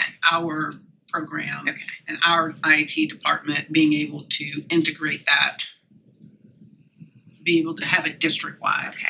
Be able to. When that's ready, are we as a board going to be able to play with it and see how it works, and can that be provided to us so that we can take a look at it? Because by law, anybody has to be able to see it. Yeah, So I'm just saying, you'll be able to see it just like, okay. you'll be able to see it just like Okay. anybody else, Okay. that it's uploaded and Okay. that you can see. Just a quick thing, since So, we can do the I- ISBN app, it might be really good for volunteers if somehow IT could make it so that that app works with Teams to scan books. Just a suggestion. It's a free app. That was our first route, sorry. That was our first route, and we realized it didn't do enough. Like, Okay. it could scan it, but then it could create a list, but then it didn't have an interface capability, because we were looking at Okay. BookSource, that was the one we were. Gotcha.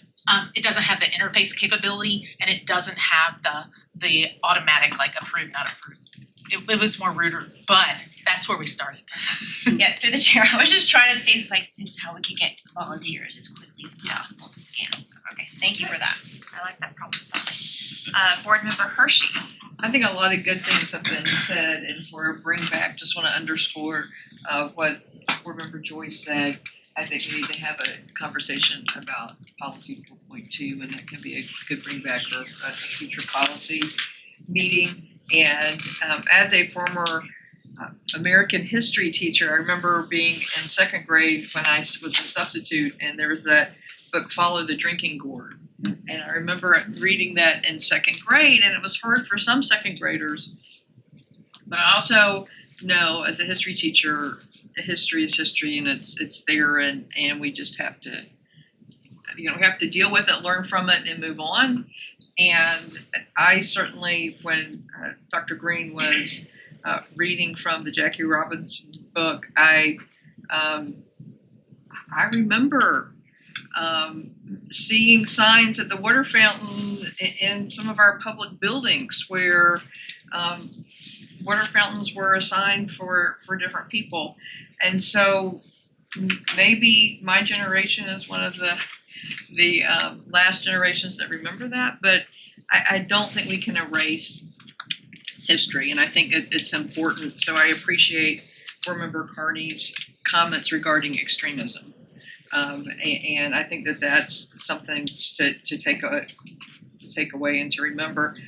But I have two questions. One is, are our media centers open? Because I have been in some schools in my district, and I've seen the media center covered with paper, with books. So it doesn't look like they're going in there to check out books.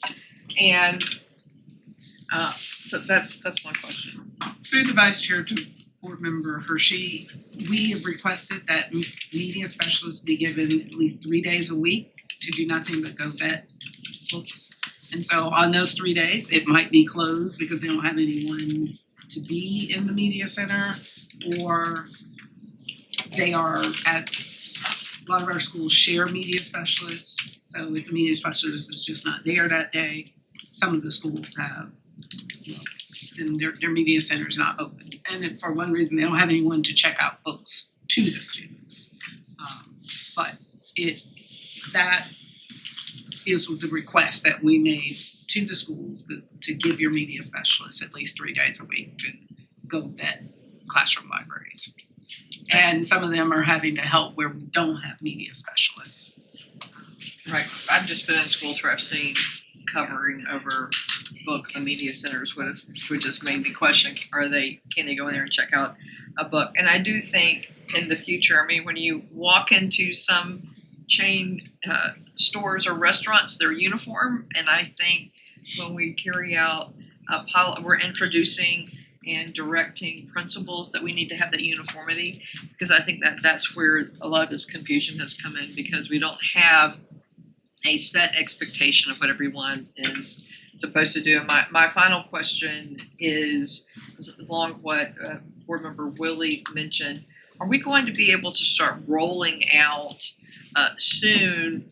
Here's our reading list. I mean, here are the books that are available, where we focus on what is, I don't want to use the word approved, but what is age appropriate versus focusing on books that are under review. Through the chair, vice chair to Board Member Hershey, as stated, in 2 weeks when they start scanning, that will be available. But I am going to tell you, there will be mistakes.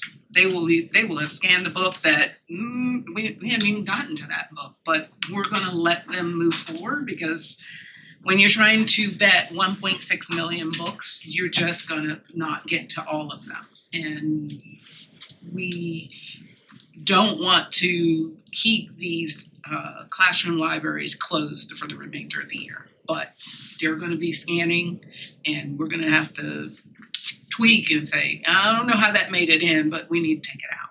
And so since we want the community to be transparent, they just need to know you find a book that you just need to bring it to our attention, and the district will see was that appropriate? Maybe yes, that's where we thought it should be.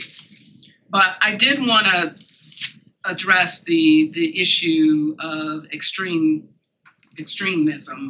by looking at this book. This book is African American History, A Child's Introduction to African American History.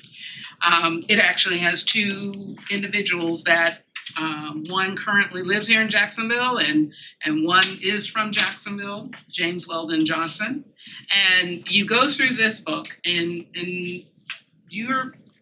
no one would question anything in this book until you get to the last page. Not the last page, to this, Black Lives Matters. So my media specialists are asking the question, would this be appropriate to be in our media centers? And these are so when we say extreme, it doesn't have to be that extreme to draw doubt in a media specialist or anybody's mind. Can we have this book and not be in a place that something is going to happen? We think that this can be as simple as something like this, where this is only mentioned on 3 pages. This also talks about police brutality on certain individuals. Someone can bring this book and indicate that a school is trying to indoctrinate a student. And it isn't like I'm afraid that our teachers are going to go to jail. But we have had employees have their teaching certificate sanctioned by simply something that was said that made someone uncomfortable. And that is what we're trying to protect our teachers from, protect our media specialists from.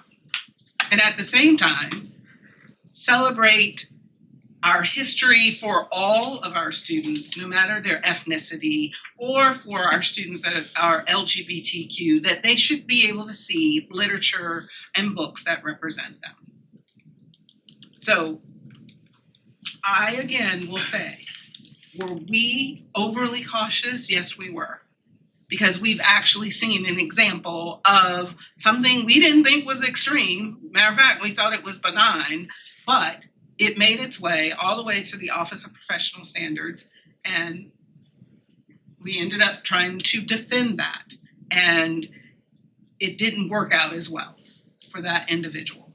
And so I'm just not going to allow that to happen to any of our educators and our administrators who work really hard. And yes, maybe some of them were over the top, but they show up each and every day for Team Duval. And if the board wants to review how the policy is, that is absolutely fine, because all we're trying to do is make sure that we're following statute and at the same time making sure our children have access. And our district just happens to be the one that is being talked about because, again, I think we are different because of the volume of books that we have that represent such a diverse demographic in our district. We're gonna have board member, are you finished? Go to board member Jones for a second round and then I'll come back to you. Yeah, if you wanna go ahead. It's super quick. Through the Vice Chair, Dr. Green. In regards to now parents are allowed to challenge books. They have been. So if that book was to be challenged by a parent for showing Black Lives Matter, would one of the repercussions be that a teacher would lose its certificate, or do we just pull the book off the shelf and say we're not going to use that book anymore if it goes through the challenge process and we find out that it's inappropriate? It would have to go through a review process. Right. And the district could say, we support this book. That does not prohibit anyone from going over to the Department of Education and saying, I think the district is, and then them reviewing, coming back to say, well, we disagree with your assessment. So, yeah, I just wanted to see if that procedure would maybe Yes. alleviate some of the extreme measures as a teacher losing their certificate versus. Yeah, okay, so I'm just saying, since we've been through an example of that, I just cannot let another employee go through something like that, which I thought was quite benign, but people saw it differently. Yeah, I think, thank you, Jones. Dr. Lee, for your work. I think fear is the term that's driving a lot of this. People are afraid. And although the district may have, and some principals may have gone to extreme measures to make sure that they protect their employees, there are people in this community who are extremists who will, as pointed out earlier, pick one book and say, well, this is indoctrination. What is that? We really haven't defined what indoctrination is. How do you determine what's indoctrination? And I think all of those nuances lead people to make sure that they protect their employees. We have a teacher shortage. I mean, it hits my district and Woodman Willard district harder than anybody else's, but we have a teacher shortage. We don't need our teachers working in fear and principals worried about their certificates. So I just want to thank them for that. And one last question, Dr. Green. We have gifted students, even though a book may be recommended for a certain grade band. If a gifted student or teacher wants to access those books, what is that process? Through the Vice Chair, Board Member Jones, as Ms. Renfro stated, they would need to go to their media specialists and they would have to bring it through a process that I think they should be. This chapter book, you're in third grade and your teacher of the gifted want to use this book, though we're saying this is might end up being 6 and above. They would have to ask, can I challenge that? Can I have it waived? And it would have to go through a review to say we're going to let you use that book. So they couldn't do it, but the process would Yeah, be. they would have to go through a process. Like an appeal. Third round. Point of clarification, Okay. the teacher that lost her certificate or his certificate was that based on a book that they had in their classroom? Through the chair to Board Member Joyce, they didn't use theirs. Or was challenged, was based It on was just one based- book in their classroom, It was based on 2 sentences in a play, but not a book? not specifically a book, but Okay. that book, those 2 sentences could easily have been in this book. I just wanted to clarify whether it was a book No, it or wasn't a something book. different. But It's a script. it was related to the same law of indoctrination. Well, thank you. That was a robust and I will say orderly conversation on this topic. We are at 11:10. We need to, whatever we do, we need to break at 11:30 for the Sniffen and Spellman. So we could start school choice for 15. I'm gonna have it done in 15 minutes, how about that? Awesome, okay. How about that? Okay, get started, good afternoon, almost, good morning. And the clicker thing, Paula? Oh. I'm gonna let Ms. Harrison do my clicker and quite timely, I wrote a script so we can stick to the script. Choice, I'll start.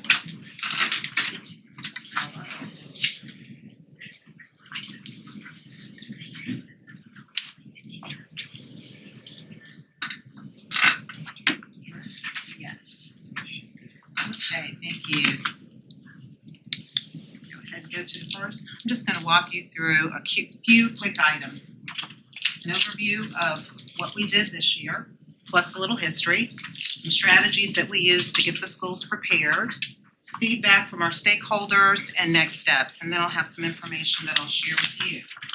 Choice is defined as an act of selecting or making a decision when faced with two or more possibilities. Today, our families have a myriad of choices, and it's incumbent upon us to do all that we can to ensure that the information is available to our families to allow them to make a well-informed choice.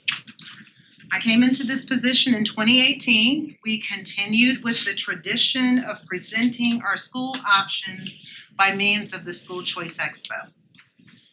The expo was held at the Prime Osborne Convention Center. In 2018, we had approximately 17,813 families. In 2019, roughly 16,860. And in 2020, there were about 16,406 families. We historically used a formula to calculate the number of families. We didn't have a clicker. We had reference guides, and we used the metrics of about 3.75 people per bag. You had some families that might have one child, you had some families that might have 11 children, and you had some families that actually came very, very early with the baby in the stroller. So not necessarily would that child have been enrolling with us, but families were making these choices and visiting us very, very early. The average cost of the expo experience was right at $65,000.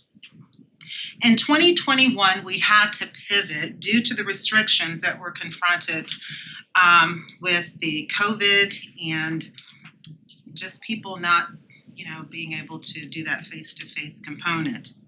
We shifted to a virtual platform using Map Your Show. It was a daunting task, but we were able to get our principals and their teams trained on using the virtual platform, and it still created a space that families could visit and engage with our schools. Engage with their faculty, their staff, whoever was a part of that virtual information booth. The average attendance in 2021 for the virtual platform using the method was right at 7,818 families at a total cost of $10,000, and that was the cost of the platform that we use, Map Your Show. The same platform was used in 2022 with approximately 7,164 families visiting a school virtually. So for 2 years, we hosted on the average right at about 7,500 families visiting us in a virtual platform. 2023 brought its own challenges. Okay, we're now back to face-to-face. Looked at the Prime Osborne, they had very, very few dates available. Okay, so we're looking at the dates that are available, we're looking at what's going on in our schools. And for months, I had been parking on Bay Street just looking at the traffic patterns. Where could we park the parents? How is this gonna look? And I just watched a lot of development going on. And with that, we knew that we needed to start having conversation about what we could do differently. And we knew that whatever we did was going to require buy-in from all of our stakeholders, namely our principals and their teams, because the whole premise behind the opportunity was for them to be able to share what was going on in their buildings, to encourage families to come and visit their buildings with the hopes of making their schools a school of choice. So what we did is we created a survey, and we surveyed our principals.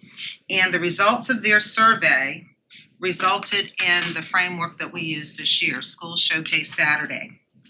Most of the principal respondents supported a Saturday opening with kind of like a hybrid. They liked that virtual where they could have people come into a platform and learn about their schools. So what we did is we took the hybrid model, we opened that around the latter part of December, not saying that a principal had to be in that platform or representative had to be in that platform, but information was there so that families could visit that platform, watch videos, look at different artifacts that the schools had uploaded about what was going on in their buildings, learn about the before and after care clubs, everything. That was to give families an opportunity to do their fact finding in advance, which to us, even at the Prime Osborne, we wanted families to come do your fact finding before you start going out to visit schools. So families had the opportunity over the winter break to visit schools. We advertised these opportunities so that they could learn about what was going on in preparation of School Showcase Saturday. And that came, the whole School Showcase Saturday event using that virtual platform was at a cost of about $18,300. Now, that cost also included the fact that we had security that was available. Sergeant Gastick and Chief Burton really just brought it together because, you know, one of the fears is the safety. You've got your schools open, everybody's vulnerable, but they worked with us to ensure that we had security circulating that Saturday. Some of the school resource officers that were assigned to the schools, the principals, they agreed to come in. We also had the cost of the t-shirts. Everybody was in a red School Showcase Saturday shirt that day, and that would be district staff as well as the leadership and the board members. And we did postcards just with the dates, the tour times that we made available so that people were aware of what was to be going on in the schools. So when you look at this slide, it gives you the average cost of what we've had historically and then transitioning into the virtual platform and then School Showcase Saturday. Next slide. Okay, so how do we get here? Well, I know I got on Mr. Schneider. I know that I got on the principal's nerves. I know I did, but we had so many great takeaways. We had professional development sessions where the principals were able to come in, learn about what things do I need to do to prepare my school for this event, what things can I have going on at my school when families come. And we learned that we are extremely creative as a district. The online platform, as I said, launched so that families could do their fact finding. We partnered with Parent Academy. Brandon and his team have done an amazing job working with us to get the word out through their newsletter and through other opportunities so that families could team in, ask questions, learn all the things that they needed to do to establish their student number, establish their parent portal account in preparation to start their touring. And those sessions were recorded and posted. And all of this happened in tandem with everything that was going on in Mr. Wright's shop with high school acceleration. So information was information. We wanted our families well informed. Next slide. Stakeholder feedback. We're going to give you a folder that you can take and read at your leisure. You can pass those out now, Ms. Harrison. We surveyed our families that participated in School Showcase Saturday, so we have feedback from them. We have feedback from our principals. In your package, your information will be broken down, and I think it's going to be based on your schools that you had prior to the changes in boundaries, which is fine. You have all of the feedback, so you can read what was said by every school that responded. But the feedback was rich. We have many families and principals who loved it. We had many principals who had some next steps for different things that we could consider moving forward. But the most rewarding component was that we had families visiting schools who had never crossed the threshold of certain schools before. I'll use, and I asked her if I could use her as an example, Principal Turner at now her school escapes me. Thank you so much, Dr. Krisner. Thomas Jefferson. She had families from her community who would historically make choices to attend a school outside of her community. Once learning about the wonderful theme that she's a magnet school, it's a whole school magnet because it's elementary. Once learning about the theme and the continuity and that little diamond in the rough, she was so excited that many of the people now in her community will be choosing her school. Now, the point is, we have families that we engage with in school choice that never explore their neighborhood school. That is so important. We want families to know about what's going on in their neighborhood schools, what's going on in magnet schools, and for those families who may have to choose a school outside of their attendance area, maybe because I work over here and it works better for me to have my child in a school closer to me. We learned in this experience that the feedback for us in school choice dictates that we continue to offer opportunities for families to visit schools. Now, School Showcase Saturday was not the only day that our schools are open for families to visit. Schools have tours during our entire recruitment window. We open the window January 1st, it closes the last day of February, depending upon what day, we're in with leap year. So they're able to tour.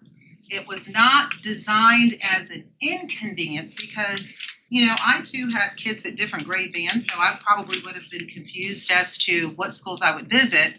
Or strategically, I could have said, well, on School Showcase Saturday, I'm gonna go to maybe just the elementary schools that I wanna go to, and then I'll schedule other tours during other dates.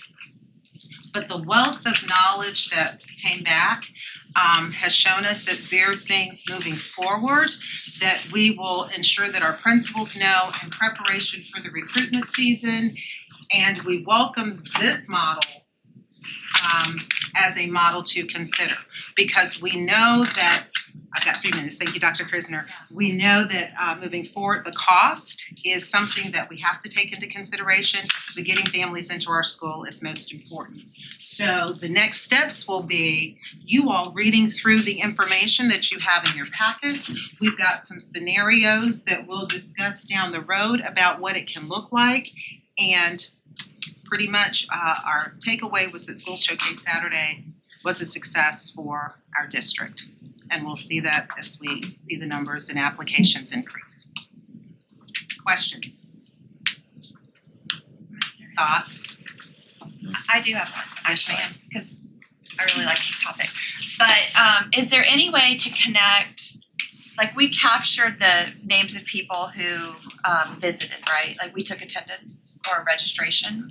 That is something that we can do better using this model. We know the families who wanted tour credits, so we always have that information. And I think with the survey, what we realized is if I'm a family visiting 3 schools, I'm answering that survey 3 times. So I'm now in your information system 3 times. I'm just wondering if we can generate data on percentage of families who visited a school who ended up enrolling in the school. Yeah, like by next school year, that we could say 57% of the families who visited on Saturday, Showcase Saturday, ended up enrolling in XYZ school. We know that through Yeah, we can, and I think that moving forward, we can build in a metric so that we can better measure that. Okay. Yes. Because that's really what it comes down to. If you have 16,000 people come through, but you only net a few thousand, was it really a successful event? We're already seeing that with our data from high school acceleration. I'll use, and I don't think he'll mind because I talked to him yesterday, Mr. Begley. We know the number of students that he has now been able to engage that would have been attending a private school. So to us, that's very, very exciting because it's saying that the systems that we're putting in place are sharing with the community the great things that are happening in our schools, and people are choosing us. But yes, we can get that metrics. That's 3 minutes. quick question, yeah. Yeah. So going to slide number 3, where it talks about cost, does the cost scale up if there's more attendance? For example, for School Showcase, if there were 17,000 students, does that price per, does it cost more to have more attendees there than the other? What I'm gonna say is work through board co-chair, vice chair, to work with Lily. One thing that is not factored in is the human resource. Keep in mind that whether we were at the Prime Osborne or in our buildings, that Saturday day at the Prime Osborne and Friday setup, or the Saturday day does not take into consideration the human resource. So that's not built in. When you look at this is also taking into consideration the $10,000 that would have been spent on the Map Your Show. Had we been given enough time to really work with Mr. Colbert and his team, we could possibly build out our own platform that would allow us to minus the $10,000 that we would pay to the vendor to create that platform for us. So between the work with communications and IT, I think that there are things that we can develop moving forward within our district to save on those type costs.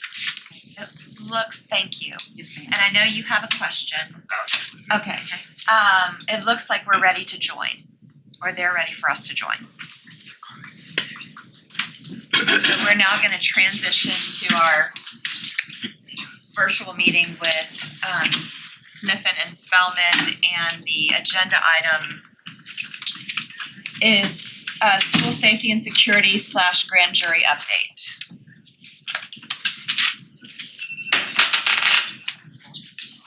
Oh, and that clock is fast, or my clock is slow. I'm not sure. I've got 11:25. That's what I have as well.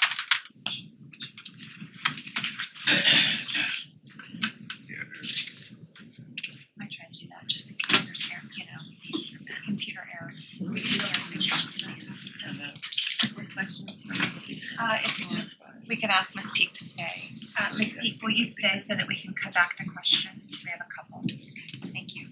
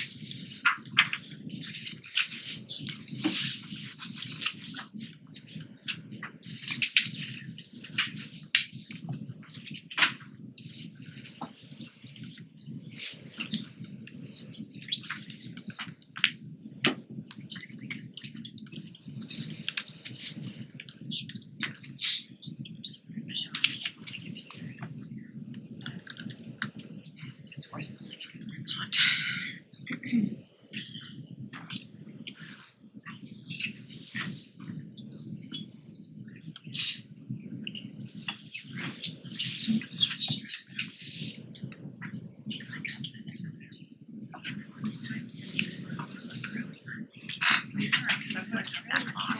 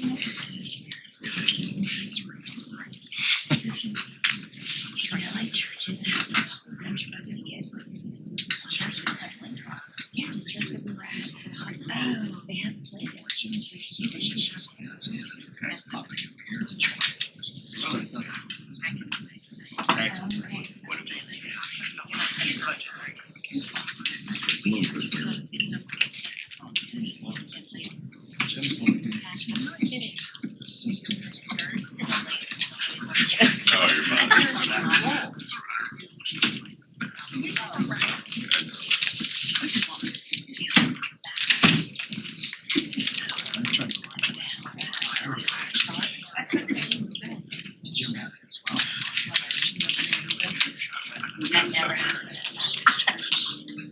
You're just gonna go to hell for everything, no matter how much you pay.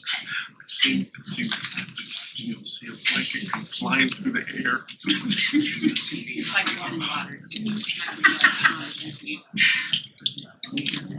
Well, you learn something new every day. I had no idea. That's just sign in. Some variation of that. Except lawyer. How long do we have scheduled I for saw this? the tambourine. Like, how long do you think? I think you're fine because you're gonna be Because tambourines, blankets, I have every insurance that you do.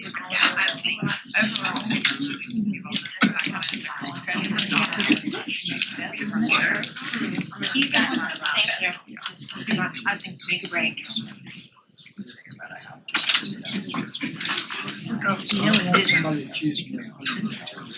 He knows I can't see. You know, he knows I can't see, so I always have to take pictures. Turn around and see you. I do it all the time. Because I can't see. I take my glasses off and I put them on and it's still not enough. I wish I had better eyesight. I'm glad I'm not I think I was in middle school, but it's gotten so bad. It's called monovision, where you can't see up close and you can't see far away. So this time, Okay, so you've gotten used to that, because I tried that and it was hard.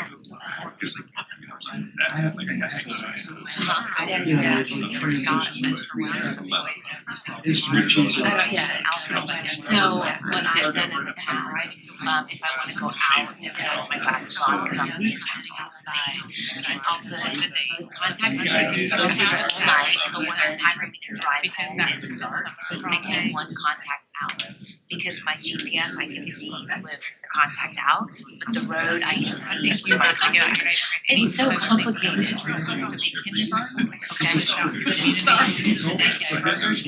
Because that's where they started. And I don't know that's a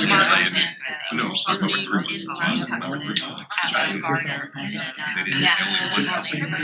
Have you ever tried the transition, not transition, the contacts where they're like multifocal or something? You went on and on. Built it in now. And I tried it on meanwhile, I did not know because they're up to like black box. I'm wondering.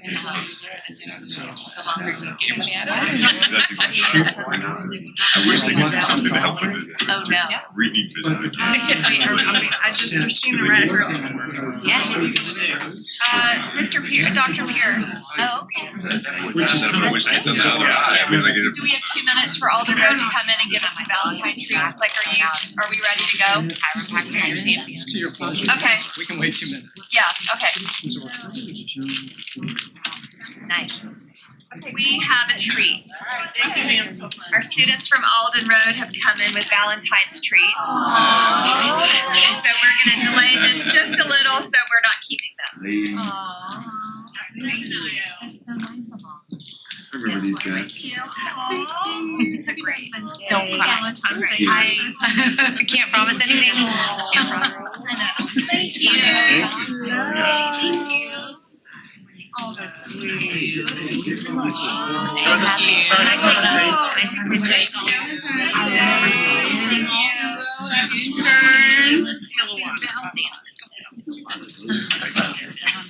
Thank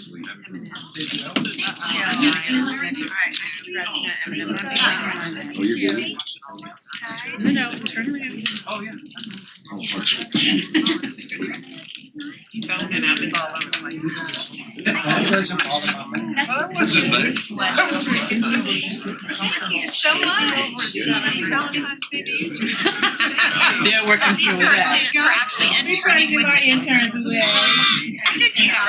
They say that most backlogs are discovered by old school. Thinking of those things. Thank you. Thank you. I think they're for the Halloween. Everybody wants to bring this up. Thank you. Is this snacks from the trolley? Are there any more kids? Please happy Valentine's Day for my intern. And we came to your office. We just took the whole tray. Three in your office. Okay. Thank you. That was a very nice diversion. And break. And now we're gonna talk about oh, there's Mark Logan. Hello. Oh, that's true. Did you give out all your cards? I know. Thank you for coming by.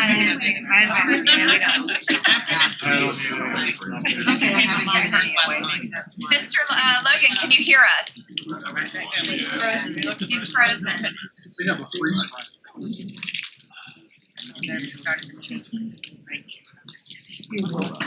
We're just finishing up our ambush Valentine's tree surprise. And we will be able to start, but it looks like you all might be frozen. Oh, frozen with a smile is good.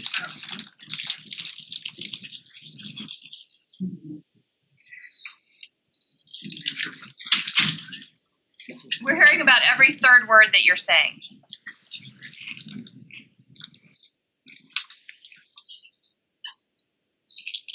That's clear. Okay, looks like everyone's back and we are ready to begin.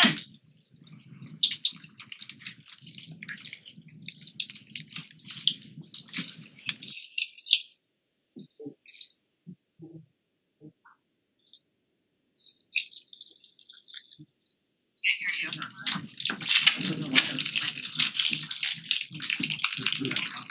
Can they call? Can they call in? The conference line on the Teams call.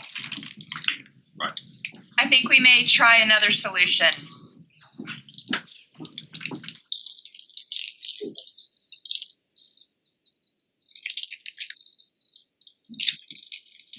I think, are we trying to switch to a call-in?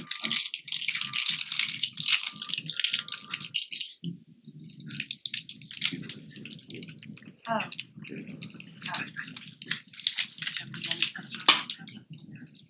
There's a asking to use the conference number that's on the call.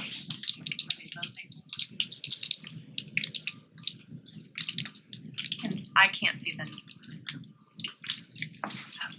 I'm gonna do that, Jen.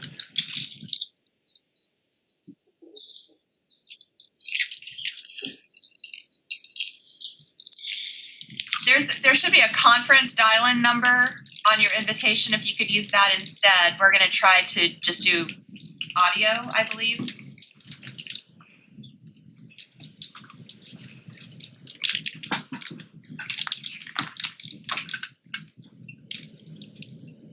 I just keep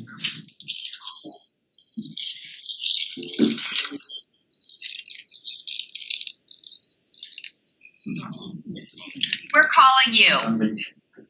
We're calling you. Call the conference, right? We're calling the conference line. The Oh. conference line is on the invite. Oh gosh, okay. What's the number? All right, let me find the number. I'll send it to you. Okay.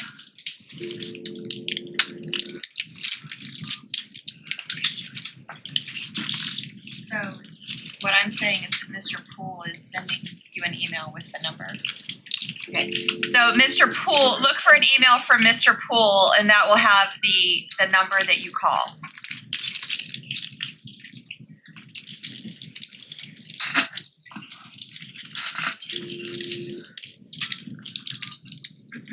And even this slight delay is a lot faster than driving from here to Tallahassee, so we'll be fine. We'll just send it to you. Okay, email's just been sent.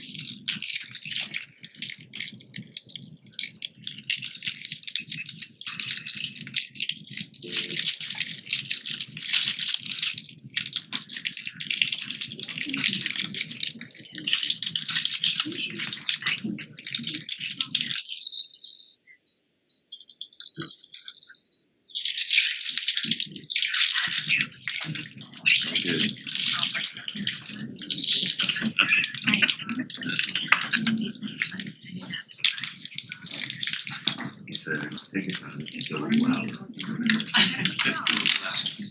He said,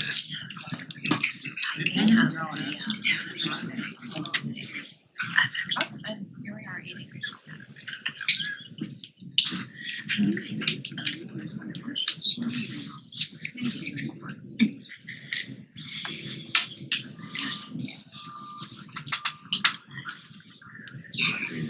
it's waiting for the host. I'm gonna dial in as well.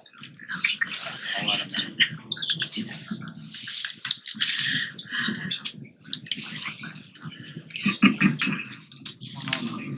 I didn't know there was a leave.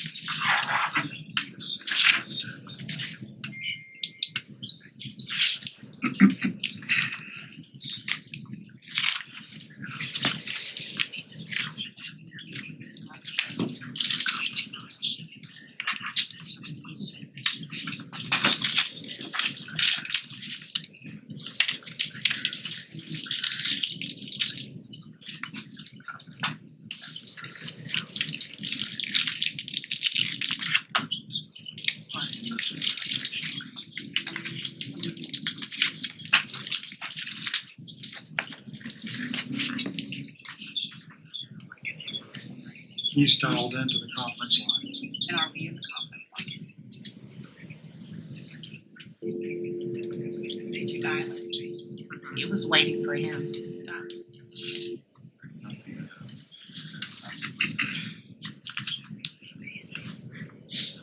I'm giving them all. It's just. That's right.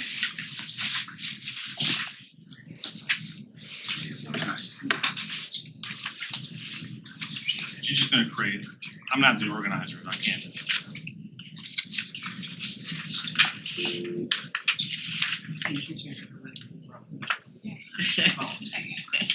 I'm just. I'm not the organizer either. Everybody's jumping on that. I can't move my chair over here. I'm on the side.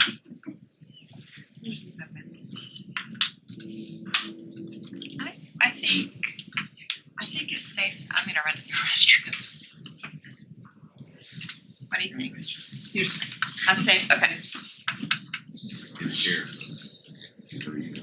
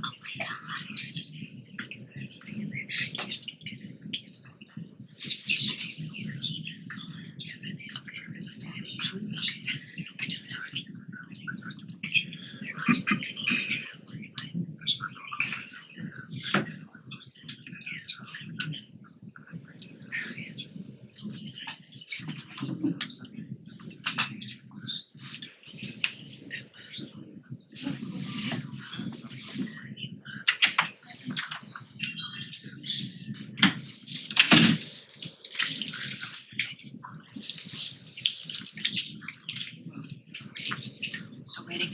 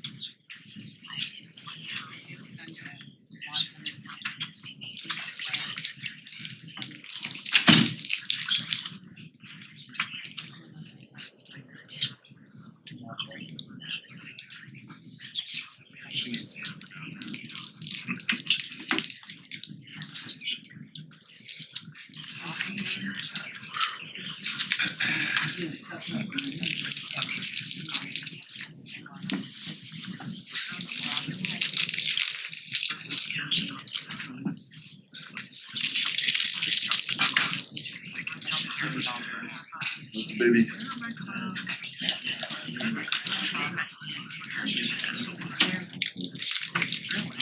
Meeting was so short. Yeah, too bad. Like 30 minutes. Yeah. And even that would have been shorter, but we debated for a while. Yeah. Yeah, but Well, she shared it here.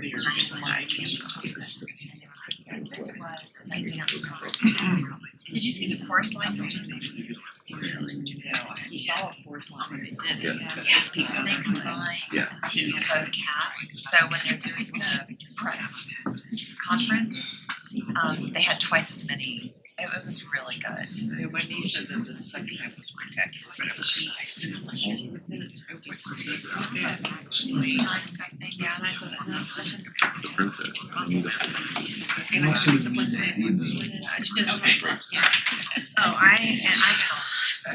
got stuck driving home in the rainstorm and my brain was already full of numbers and Friday for the last 2 days. Wow. So I literally got home, dropped the stuff.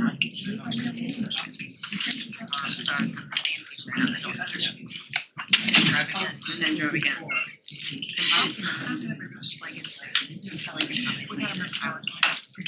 I have one.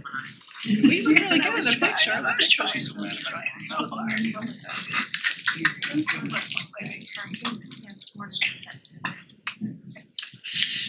It was fun to see. It was fun to see a lot of people.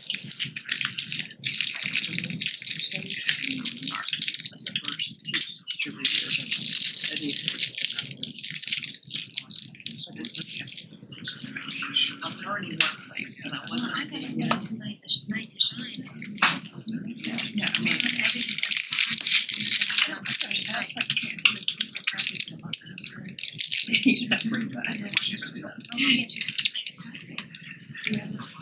We anticipate this getting resolved. Cause we, at this point, we could have had more discussion with Ms. Peak and let her come after.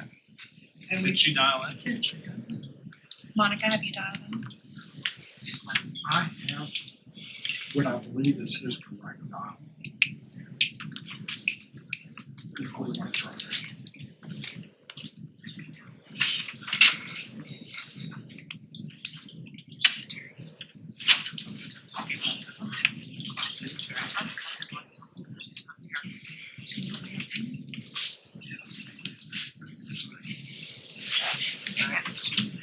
Hello? Hello, you have, hi, this is Vice Chair Pearson, and around the table, you have Board Member Lori Hershey, Board Member April Carney, Board Member Charlotte Joyce, Board Member Daryl Willey, and Board Member Warren Jones, and then Superintendent Green, and I always forget your title, Dr. Krisnar, who is Deputy Superintendent, and then a gallery as well. Yes. But we are glad we got connected with you and looking forward to hearing what you have to say. Yeah, and our attorney too. Oh, I'm sorry, and we also have Board Attorney Ray Poole with us, who is with us as well, and I'm sorry I forgot to mention that. Yes, and I'm sorry, who is this? Vice Chair Cindy Pearson. Okay, Vice Chair Pearson, thank you so much. And I apologize that we had all the difficulties. I've got Mitchell Herring here with me. Rob Stiffen had hoped to join us, but I think he's got a conflicting court appointment that he had to attend to. So, but again, thanks to the board members and to Dr. Green. We appreciate the opportunity, and I'll just provide you guys with kind of a brief summary of our report, which we provided on the 9th, our interim report. And again, my name's Mark Logan with the law firm of Stiffen and Spellman. So, if I may, we took a look at this some time ago and talked to your chief counsel about an appropriate scope of review given what had come out of the grand jury and some of the communications which took place with the Department of Education coming out of that process. And I know that you all are most familiar with those activities and the actions of both the grand jury and as we sit here today on the 5-year anniversary of Marjorie Stoneman Douglas incident. So coming out of that and coming out of the presentment and the final grand jury report, we focused on what we believe to be the most important initial step for the board to understand, and that's the compliance effort of your administration and staff, and Dr. Green and her staff, and then, as included in the report, we'll talk a little bit about our recommendations and thoughts about how you might go forward, depending upon how and what particular issues you may want to review. But in essence, what we found is, as reflected in our report, is that your administration engaged in a pretty concerted compliance effort starting back in 2019. That's not to suggest there wasn't compliance that was taking place before then, but we had the particular incident with the assessor reporting matters that came to light and was reported by the district to FDOE. And measures were put in place to correct that and to kind of redouble the efforts towards training and compliance. And just as background, again, this is reflected in the report. Coming out of 2018 and the Marjorie Stoneman Douglas incident, you obviously had a acute focus by the legislature and by the governor's office on safety issues and significant legislation that went into effect with respect to safe schools. The efforts of the administration to engage the Department of Education, the Office of Safe Schools, were consistent, and they were thorough. And under Florida law, the Office of Safe Schools under the FDOE is charged with obviously the compliance efforts in providing the various school districts with technical assistance on compliance with the assessor data issues. And what we saw in our review of the materials was a back and forth led by the superintendent to request on a consistent basis FDOE's input into the practices and procedures of the district to assist in reviewing, training, and the procedural elements that have been put in place to ensure compliance with the law and compliance with accurate assessor reporting across the board, both with respect to administration and with respect to the law enforcement elements of the district. And that happened. That absolutely happened, and there was a consistent, I think, effort and consistent training materials and training which was pushed out to the frontline people responsible with that incident reporting. And that process, as we understand it, is ongoing. It's not just a one and done, but it's a consistent effort that took place, as well as an effort to make sure that the data that was being submitted was accurate with respect to the requirements under the Florida Administrative Code and under the directives from the Office of State Schools. So we think that those things happen and continue to happen. And I think that's important. And it's an important part of the process is having the systems in place and the training in place such that your frontline school administrators and law enforcement are as clear as they can be in what is a pretty complex system in accurate reporting of school incidents under the pursuant to the assessor requirements. And so we think that we believe that that's taken place. Now, as we noted in the report, the Office of State Schools is your ultimate arbiter of compliance, and they're a critical element. And I think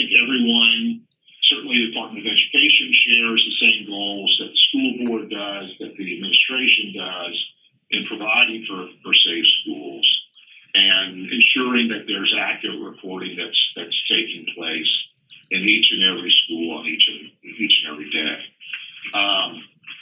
So really the notion of how do you ultimately engage in compliance testing if it's something that you want to the school board decides, the administration decides that it wants to do is kind of the next level of drill down, so to speak, and we talked about that. I think first of all the importance of working in concert with the Office of State Schools, but then engaging in some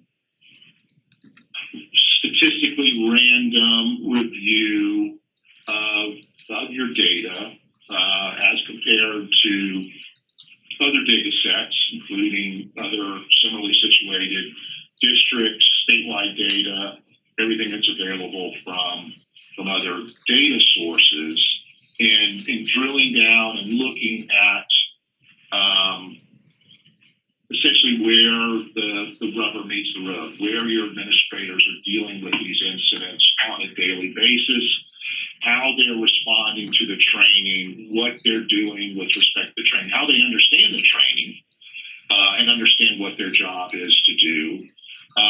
And that could be accomplished with an interview process of random sample of schools, random sample of administrators, and then you can also have some confirmatory testing by pulling particular incident data and reviewing what happened, as best we can, with respect to what was memorialized from a particular incident, and how it was memorialized, how it was then subsequently reported, and that would give you a level of confirmation testing on a going forward basis.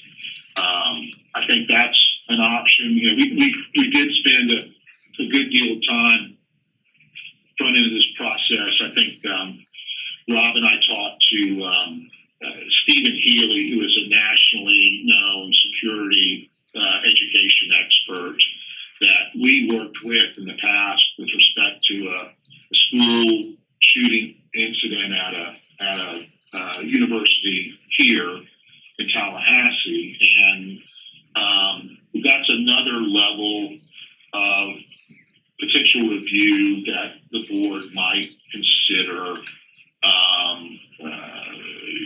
Mr. Healy's got, he's a former Princeton University chief of police, has a long record in school safety, understands from a national level what's involved, and is available for consultation and review.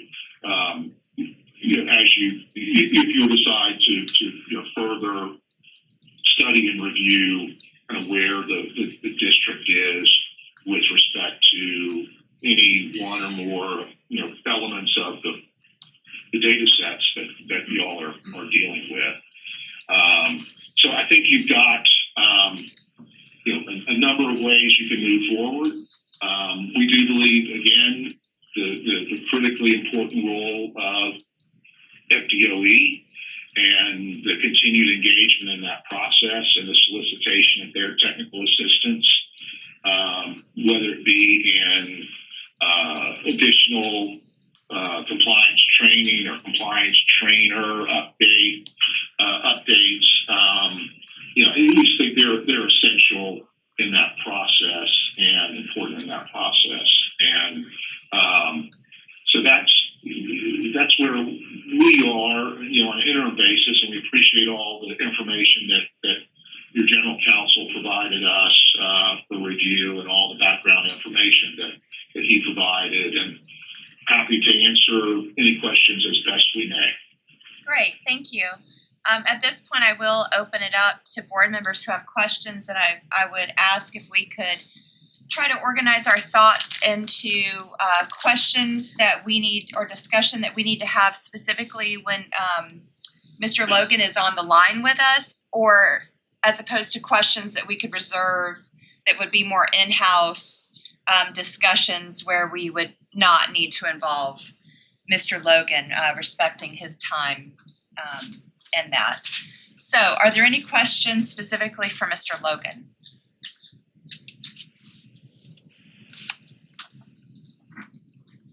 I have a quick question. I'm recognizing Board Member Willie.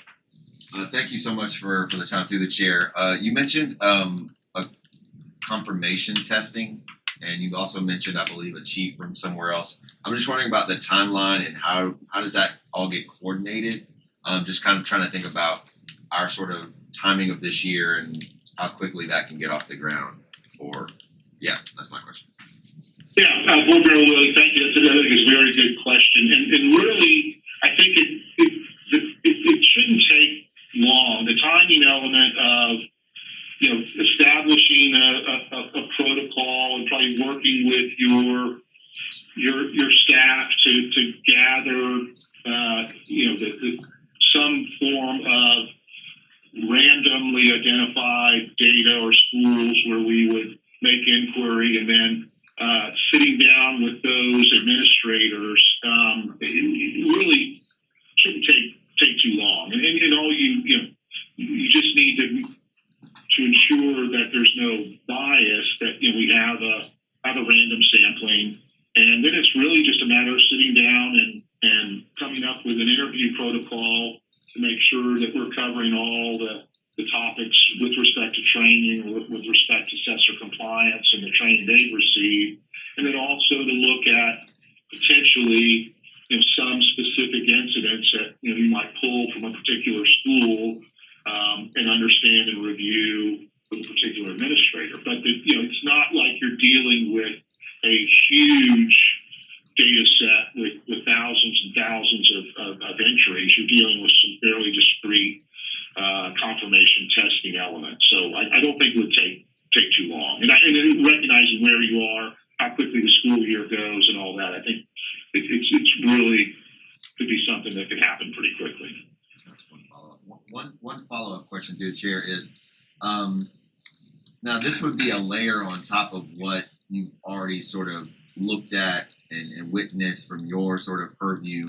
But from your purview, from the beginnings of your statements, you're basically saying that we went through the proper protocols, communication was thorough and regular. So you feel like we're in a good spot based on your initial sort of observation of how all the data and information that you have. Is that correct? That is correct. With the only caveat being, as I mentioned, that the ultimate determiner, the arbiter of compliance is the State Department of Education. And so what we reviewed is we think you have the processes in place and the training in place to ensure compliance, and you're demonstrating compliance in that data. But you really have, as recently as I guess the last school year. I mean, it's a bit of a moving target, I think, for everyone. I mean, the objective is to get the best data reported by the school districts as possible. And, even the movement to get, from having assessor data moved to a monthly reporting cycle, all that has an impact. But again, I think it's a long-winded way of answering questions that yes, what we see is that you've got a robust system in place for compliance. Thank you. Thank you. Any other questions specifically for Mr. Logan? No, was that a yes? Yeah. Okay, calling on Board Member Joyce. Good afternoon now, Mr. Logan. This is Charlotte Joyce, board member for District 6. So what I'm hearing is, as I read through your report, you are basically sort of just giving us an outline, background information as to how we got to this place. You have done a review of some documents on some processes, I'm assuming, to come to a conclusion that right now the district is in compliance. So my first question to you is, what documents and what processes have you reviewed to come to this conclusion?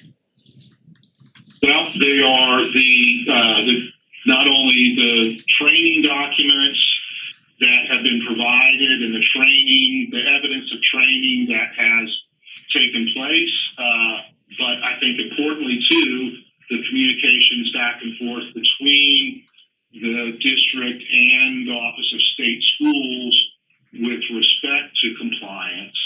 I mean, I understand you don't have, to my knowledge, you know, a letter from the department saying, hey, everything's fine. But, you know, the documents we were provided and the training materials we were provided and the changes that were made to your focus system all suggest to us that you've got a system in place that is compliant. Throughout your investigation, at any time did you speak directly to the Office of Safe Schools? No, we did not, and that's I'm glad you bring that up, board member, because that was we spent a lot of time contemplating that, and you know, we do a lot of different investigations both within and without the education community, and typically, you know, we will engage a state agency with public records requests, with, you know, discussions, and, you know, because they're a data source, and undoubtedly the FDOE has data with respect to Duval that that the district may or may not have. And we felt at the end of the day, it was very important not to take any action which would in any way be perceived subjectively or objectively by the state that such that there was an adversarial relationship between the administration and the Office of State Schools. So we for that reason we did not, and would not, I think, without prior discussion with your administration or prior direction from the board. Okay, thank you so much. Okay, any other board members have questions for Mr. Logan?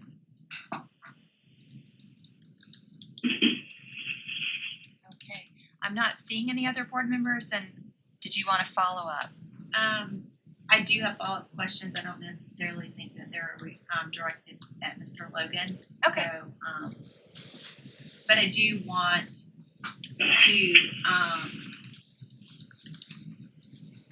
to just ask Mr. Logan, in the future, you know, after the conversation we are about to have at the table, I may be reaching back out to you for some further questions, maybe some further questions that I have after the conversation that we're going to have with our attorney in the district. Absolutely. And that was Board Member Joyce talking to you again. Yes, ma'am. Mr. Logan, thank you for the report. Thank you for persevering with us through our technical difficulties. We appreciate your patience, and that I think that we do not have any further questions for you. And so in respect for your time, we're going to say goodbye, and we will continue our part of the meeting in the room. Vice Chair Pearson, thank you so much. You're welcome. Bye. Bye. Okay, so second part of the discussion would be other questions. Do we have other? Yes. So through the chair to Mr. Poole, Mr. Logan indicated that he received the training documents and the correspondence. Is there any of that information that he received? Has any of that information not been provided to the board? I believe every bit was provided during a workshop several months ago. What I can do once this meeting is over, I'll be happy to send out, because I emailed those records to Mr. Logan and Mr. Sniffen. I'll be happy to send all of you those. As I recall, they were an exact duplicate of what had been provided to the board. If memory serves, I think we were at a school on the north side, a workshop for the robotics.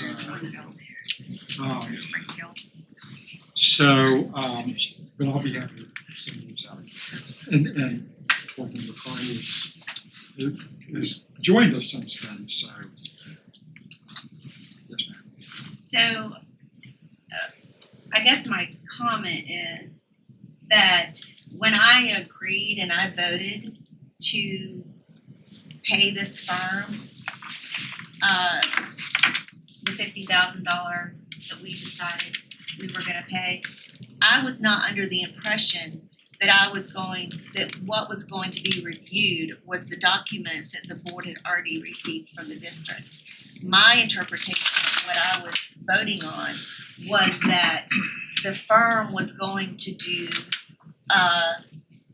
they were gonna go back and say, what exactly went wrong, where did it go wrong, and who was at fault for what had went wrong, because we obviously had came to a situation that we were not doing some things correctly. And so I felt pretty confident after the district reported to the board that based on what I saw, I would have came to the same conclusion. And based on the data that we're getting back from the district now, we can see that things have changed and that we are doing much better at reporting than we had previously. And so I just, I know the recommendation is to do an audit, to go deeper into these random samplings that we can do at each school, which I'm totally okay with. But at the same time, the Office of Safe Schools has been to the district a couple of times since this, and they've done reviews as well. So, I just really wanted to just communicate that this was not what I felt like I was voting on. And if I may, through the vice chair to board member Joyce, and I'll kind of walk you through what my role is, and what I have to be really careful about is to not give anybody the impression that I in any way do anything to shape an outcome of an investigation, because otherwise that kind of guts the whole purpose of having it. So procedurally, what I did was, in terms of providing information to them, was to provide the information that had previously been provided to the board about what's happened in the months that have ensued the period of time covered by the grand jury report. And with the understanding that, look, it's up to you as professionals to do what you got to do, and we'll play the cards wherever they like. If you need anything else, just let me know. And so I was not at any point. Nobody reached out to me, hey, I need X, Y, and Z in order to do more, or I need to interview so and so. So procedurally, that's what I did. And I really just tried to take up hands off so that there would be no concern about whether Poole did anything to try to shape an outcome. What we did discuss, I had several discussions with them, was there are two things we want to know. In order to make a recommendation on where we need to go, we need to know where we are today. But the other thing was, how did we get to where we are today? What were the conditions that led to these concerns? What have we done to address them, and what further needs to be done, if anything, to going forward. And it had candidly, and y'all may remember, it took longer to get a report than anticipated. And I said, well, let's do it this way. Let's break it down into segments. Let's address where we are today. And that's the reason why they styled it an interim report. And then we can go back and recommendations for where we go from here. But there's also the how did we get here in the first place part, which is a deeper dive because we're going back a few years or some time. And I said that's going to require it. And in the meantime, I didn't want to leave you all hanging about where are we today. So I said, go ahead and, in order to at least get something out, let's go ahead and address what we've done and what still needs to be done, but with the understanding that we're still going to go back and look at, unless the board changes its interest in this, still going to go back and look at how did we get in this mess to begin with. And that's my your Florida way of saying things, but how did we get, in trouble to start with? So that was certainly what I was thinking, and I thought that's what the board was thinking at the time of the resolution. And so if I misunderstood, then that's on me. But that was my understanding of how we wanted to do it. So right now, the interim report basically is just a recap of what the district presented to the board when we were at Springfield Middle. What had gone wrong, they felt like, and then what had they've done to correct those actions. This is an interim report, so what I'm hearing you say is what is expected in the final report is that first piece, the investigation to parties involved, what communication, how do we get to these cheat sheets, how do we get to not reporting CESR incidences to law enforcement, who was responsible for those communications. Is that what we're gonna get when we get the final report? And when will we get the final report? And through the vice chair, that is what I had discussed with them. Yes, is the answer to the first question is yes. That's what I expect, and that's what I communicated to them. The only reason we ended up doing it kind of piecemeal is because it was clear to me that they weren't going to get the whole shooting match done. I shouldn't use that. The whole that was a really bad. My apologies. They were not going to get the whole task completed this quickly. Rise to the issues of the board. In terms of the timing, I don't know. I was listening to hear what because you asked him that and what he was going to say, and I didn't really hear a direct. I heard a lawyer answer, which is I can say that because I'm one. I guess I'm talking about my own, but I will get a clearer time frame for you because I was keen on that question. And then finally, well, I don't know this is finally, but I do want to know at this point how much money we allotted $50,000 for the assignment. How much of that $50,000 have been used? And then what is the expectation that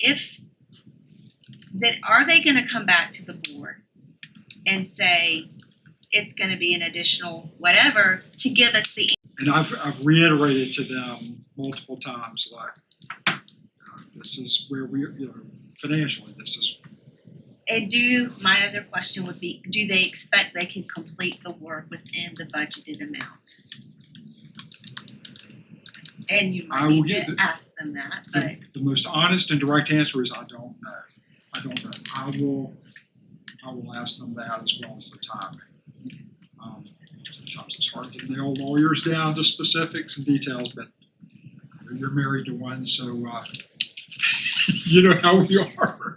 No, seriously, I will find out and let everyone know. And then Board Member Willie also had a question. Yeah, I'm thinking about it a little different because I went back to the resolution because I mean that's the resolution is what we're basing it off of, and it says we're directing a third party to be engaged to review the facts of the underlying concern raised with the 20th statewide grand jury presentment and final report to review facts concerning whether or to what extent concerns raised with the grand jury's presentment and final report continue to exist, and to make recommendations regarding corrective measures for addressing and eliminating such concerns. So I was less looking backwards and more looking about present and forward, but now I'm hearing something different. So we do need to get clarity on it, but this is the resolution, and it was more of what they reported on, where are we now, and how are we doing? Because we felt like we were okay, and we were like, but we're inside of it, so we wanted a third party to look at it. So I just wanted to bring that out, and maybe we look at that resolution based on what people are thinking they want out of it, and figure out if that is what we said, and if we want to do that or do something different. So I just wanted to bring that. Board Member Jones. Yeah, thank you, Madam Chair. I guess, to the Chair, I thought we were concerned that they were saying the Office of School Safety was still saying we were underreporting. Right. And we were saying we had corrected that. Did they address that at all in that? My understanding based on their report is that we're doing fine. I know that there was some concern expressed about underreporting. My understanding from the report is that they're not finding that as a current concern. That has been addressed in efforts to make sure that that's the way I read their. The Office of Safe Schools is still saying that we're underreporting, and that's what was troubling, I think, to the board is that we thought we had corrected a problem that was identified, made some staff changes, but yet they were saying we still couldn't. Dr. Green. To the Vice Chair, to Board Member Jones. When the Office of Safe Schools was here a couple of months ago, that was the first letter that we were underreporting, and then we got a final letter that the only area they feel we're underreporting is gang-related activity. And as I stated at the board meeting, they were here a couple weeks ago. It is my belief they're going to say we're still underreporting gang-related activity because we have asked, tell me, we feel we're doing everything appropriate. Our school police have been trained on, and I'll let Chief Burton talk to that if you want to hear more. But our Chief of Police, I've met with Sheriff TK Waters, our gang sergeant who's in charge of gang activity, attends the weekly meetings. So we are still kind of deciding, what do you want us to do? Because you feel that we're underreporting gang-related activity. The sheriff indicated that what we see is that most of the students, they're school age. I can't say they're students. They're not attending school if they're, and he indicates we have hybrids, that we don't have the traditional gangs, that we have hybrids or entertainment groups. So that is going to continue to be what I believe they will say, we think you're underreporting in gang-related activity. And the difficulty, I guess, share too, is how do you identify? There are symbols they use, and the police officers, school resource officers, school safety officers have to be trained on how to identify a group of students who are operating as a gang within our schools. And that changes from week to week, month to month, depending on what gang you've identified. And I guess JSO identifies what symbols to look for and what groups, and they give them a name. I think they all have a name. Chief Burton. Through the chair to Board Member Jones. Every year, at the beginning of the year, we do gang identification training. every year we do that. Every law enforcement officer is required to take that training. We have evidence of that training that we have submitted. We have just completed another round of gang identification and methods training. And as the superintendent stated, yes, those that are considered gang members are not coming to our school, and that is according to the sheriff as well. We try our best to identify anyone that's in our gang, in a gang. We even go as far as to put in our reports that this person is not a gang member when it comes to certain type of criminal activity, because we thoroughly try to vet who is in the gang, because we want to identify those persons to make sure that the conduct, the code of conduct is applied to them correctly. So we take efforts to go about doing that. And as the superintendent said, we have a sergeant, actually I have two sergeants, and one of the two, they attend the gang meetings that the sheriff's has on a regular basis. We also have MOUs with sharing information with all of our law enforcement partners, not just JSO, but all of the beaches departments as well. And we are in the process of creating a new MOU just specifically for gangs, although this MOU will talk about the things that we're already doing, and we'll just codify that in an MOU. Thank you. That's good to know. When you talk about training, does that apply to the school's safety assistants and the safety with the security organization that we contract with? Through the chair to board members. You know, they're in the elementary school, so you probably wouldn't have one. Exactly. That's my response to that. Those individuals, the guardians, are in elementary schools. And so we haven't found any evidence of any gang activity in our elementary schools. So we don't train those guardians, and that's not a part of their state training as well. Thank you. And then Board Member Carney. I just wanted to go back to the resolution because that was put in place before I was on the board. And I think that in order for us to be able to move forward and make sure that we are complying with the Office of Safe Schools, we have to go back and do a deep dive and see what happened. Because we obviously can't correct what happened in the past, but we can make sure it doesn't happen going forward by knowing what went wrong. So I just wanted to comment on that. I think it's very important that we make sure that we do a deep dive on where the mistakes were made. Thank you. Board Member Hershey. I'll get to you one first time. No, I agree, and it was my understanding prior to the reading of the resolution with what Mr. Poole said regarding are we on track now, and then going and doing a deeper dive as to what happened. And my hope is that we will see that a lot of this was in place in prior to 2019, prior to Dr. Green being here. But we need to understand what that was and make sure we've made all the corrections so there's no continued ripple effect. But my question is, other than the report or the memo that we received from the Office of Safe Schools, was it just you're under-reporting gangs, or is there more to it that maybe we could have a discussion, even if it's a closed session, to better understand what the Office of Safe Schools is looking for? Through the vice chair to Board Member Hershey. Yes.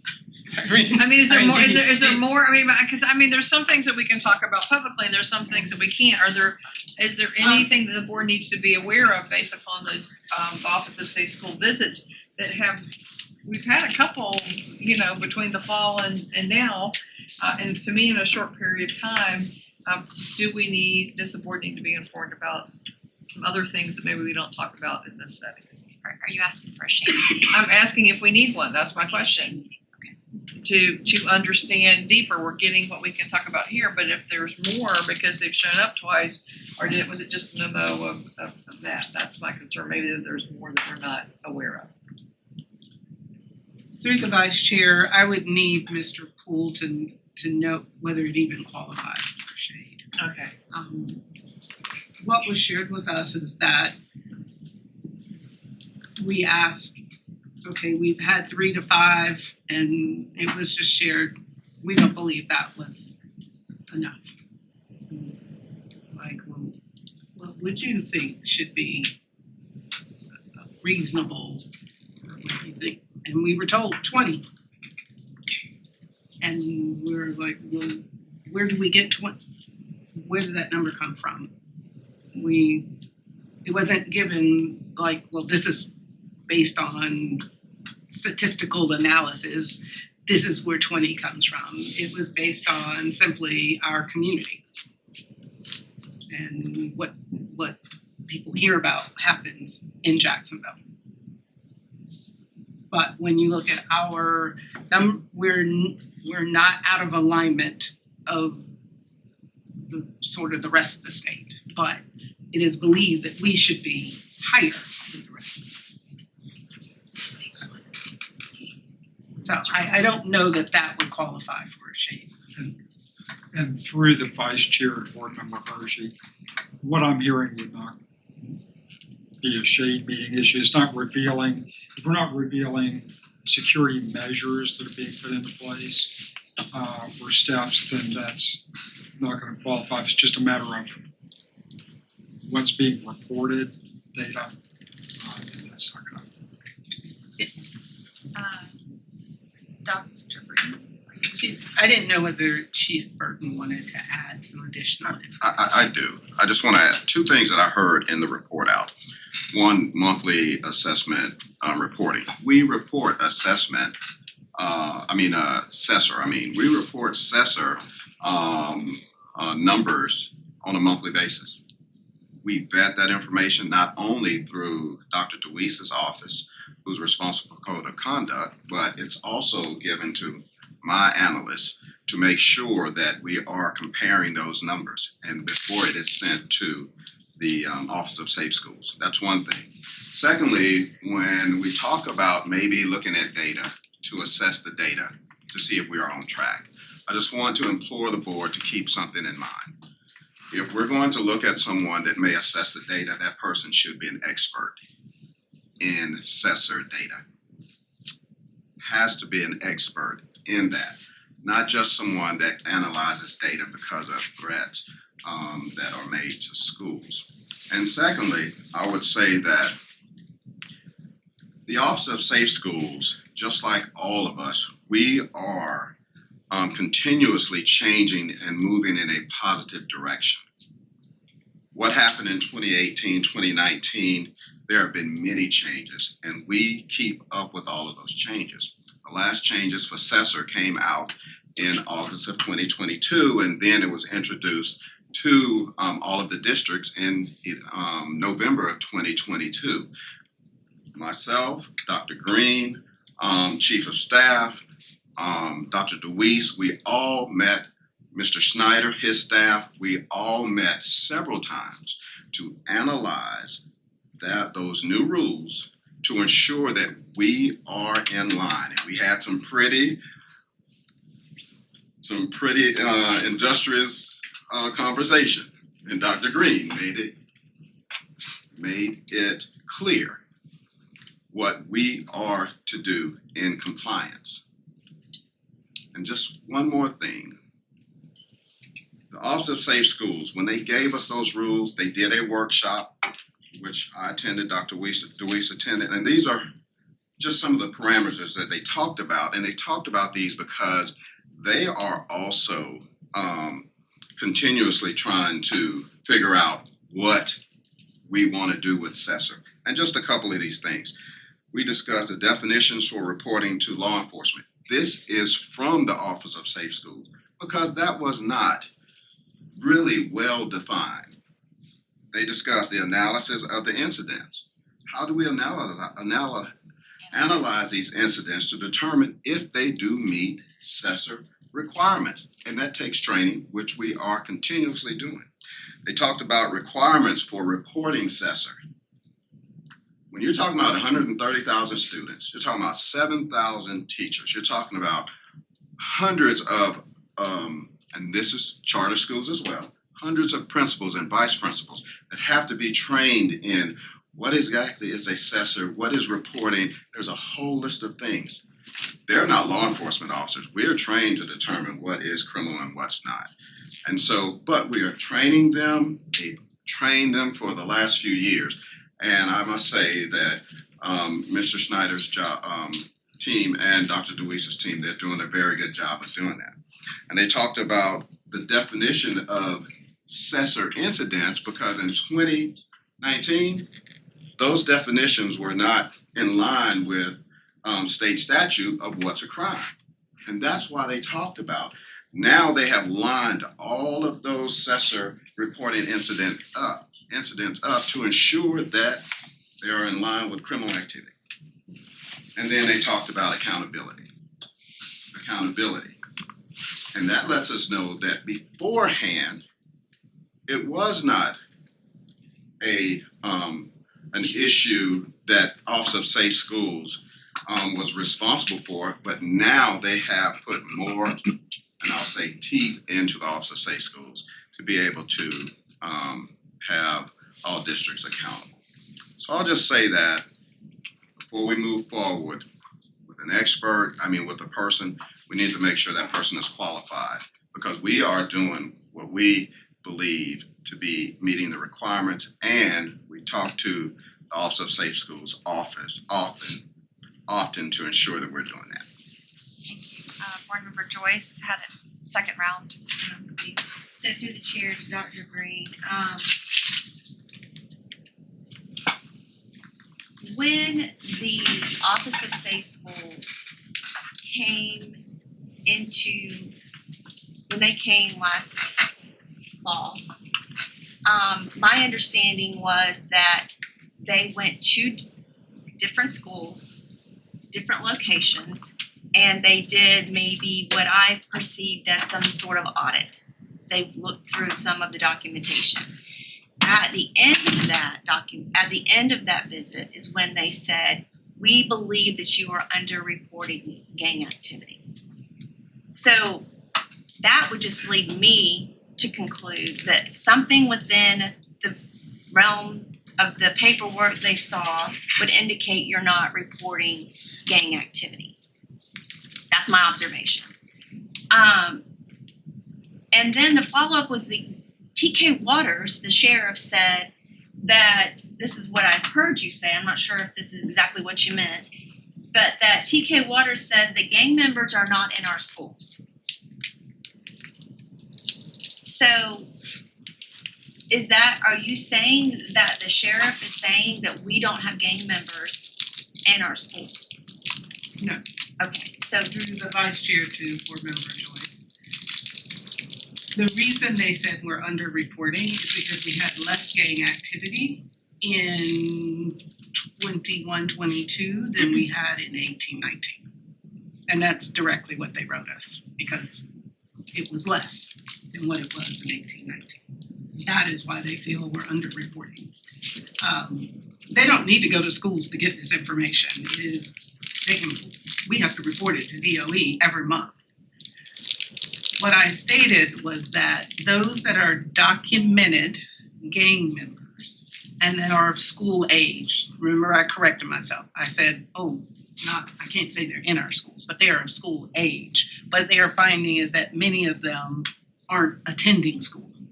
So you might be a junior, but you might be even on our road, but you're not attending school. You're chronically absent.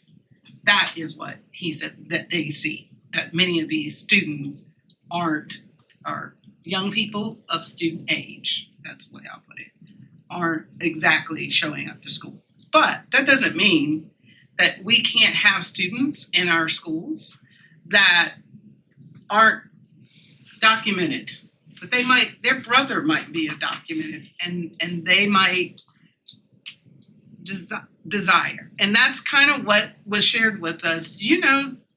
You probably have students who don't meet the official definition of gang member, but could be gang related.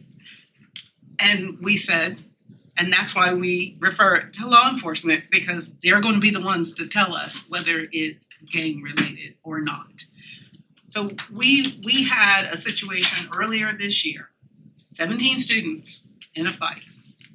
That was reported to law enforcement, and law enforcement came back and said, all 17 gang related. They have to mark it on their report. Then that's when it gets put in the system to focus. And DOE can see this at the end of the month. You see an incident with 17 gang related, but it only counts as one incident. It doesn't matter how many students are engaged. So again, the interpretation we received is that it doesn't necessarily have to meet the specific law enforcement definition of a documented gang member, because the belief is that there are quasi gang members, and it says gang related. So you can even have a student who is a gang member actually get a discipline referral, but it doesn't mean it's gang related. Skipping school, that doesn't mean that that's gang related. So that's why we refer everything to school police, because they're the experts who are supposed to make that determination. Did a crime occur? And if it occurred, is it gang related? They're the ones who say yes or no. I don't think it's a yes or no. Is it a yes or no? It is, yes. Okay. Yes or no, and then the school documents it. But again, that I believe that will be stated again, that we're under reporting. I think we have more than we had last year, but there's a belief that we should be in double digits. But I am hearing you correctly to say that we have school age gang members that are maybe not coming to school, but they are enrolled in our schools, and maybe once in a while they show up, and maybe they don't. Maybe they're obviously habitually skipping. I mean, that's probably a real issue, but occasionally they are in our schools, and maybe there's no incident at all going on with them, but they are enrolled in our schools. Through the vice chair to board member Joyce, there could be, yes. Chief Burton, I believe your department can get a list of documented, and again, they can't tell you whether they're in school. All we can look by is, oh, that's a school age. We can't tell if they're enrolled in our schools? No. Chief Burton can't, law enforcement can't tell whether they're enrolled in our schools, because they don't have access to our system.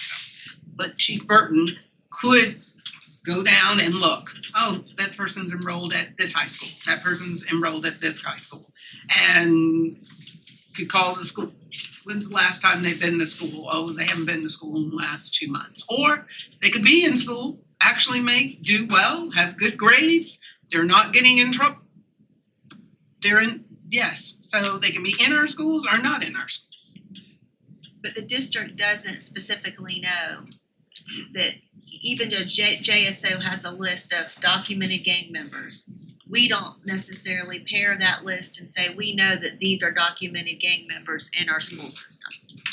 Through the vice chair to board member Joyce, that information with the Jacksonville Sheriff's Office is kept confidential, and for a reason, because of the juvenile status. And we don't want to tag these juveniles as having us saying that they are being looked at any differently than any of the other students. They keep that information very, very confidential, and so. I just needed clarification around that statement from Sheriff Waters, so. And then board member Carney, did you have your hand up for round two? Yes, I have a question.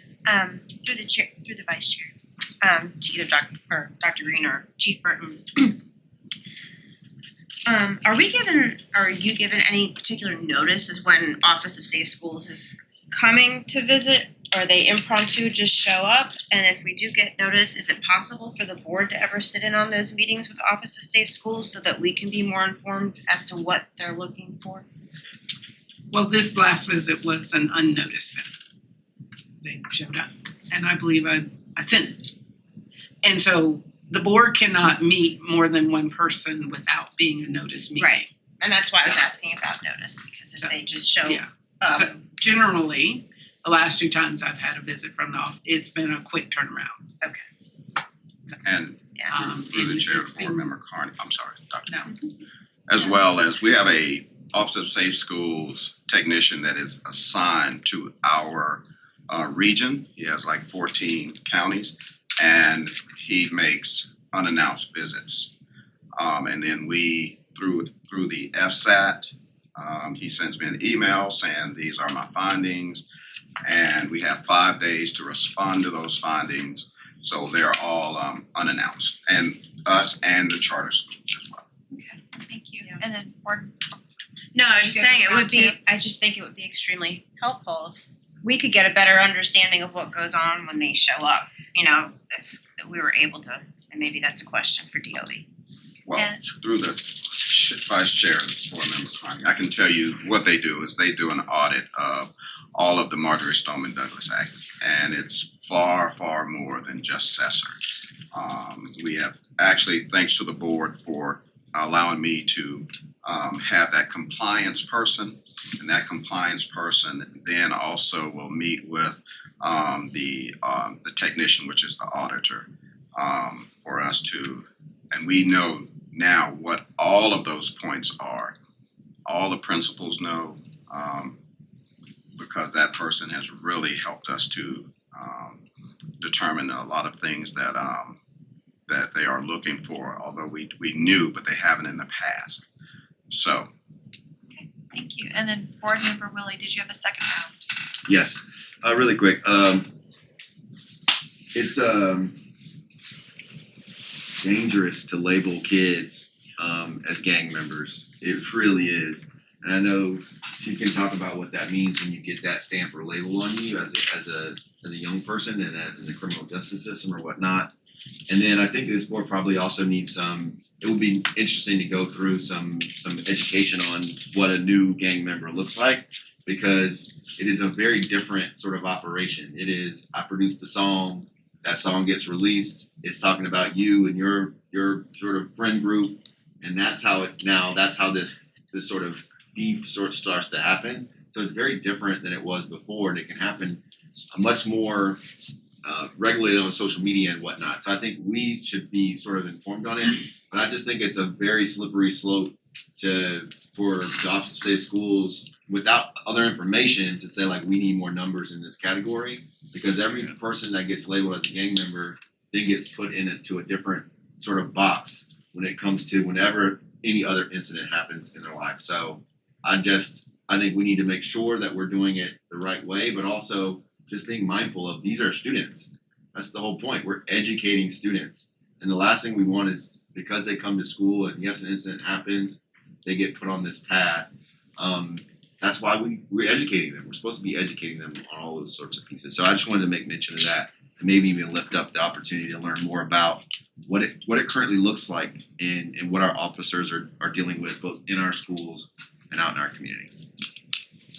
I'm gonna, I think, close discussion on this. And Mr. Poole, if I were you, I would not necessarily be clear as to what my next steps are, but perhaps you are. So I'm gonna give you an opportunity to articulate to the board what you think you've heard, your next steps are, and then we can reflect back on that. Thank you. I think that's a great idea, and through the vice chair.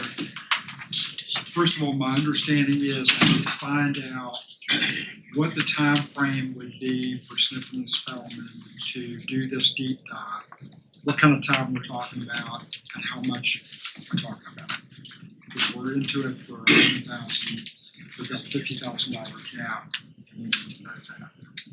What I'm hearing, I didn't hear any objection to this, that there is a continued interest in doing that deep dive into what happened, how did we get here to begin with. So that I will reach out to them and get the answers to those questions. What I'll probably do is just communicate that with you individually, so you all know. Unless directed otherwise, I plan to tell them, go forth and conquer, Okay. Board Member Willie, you had brought up the resolution. Does what Mr. Poole just described to you sound consistent with the resolution?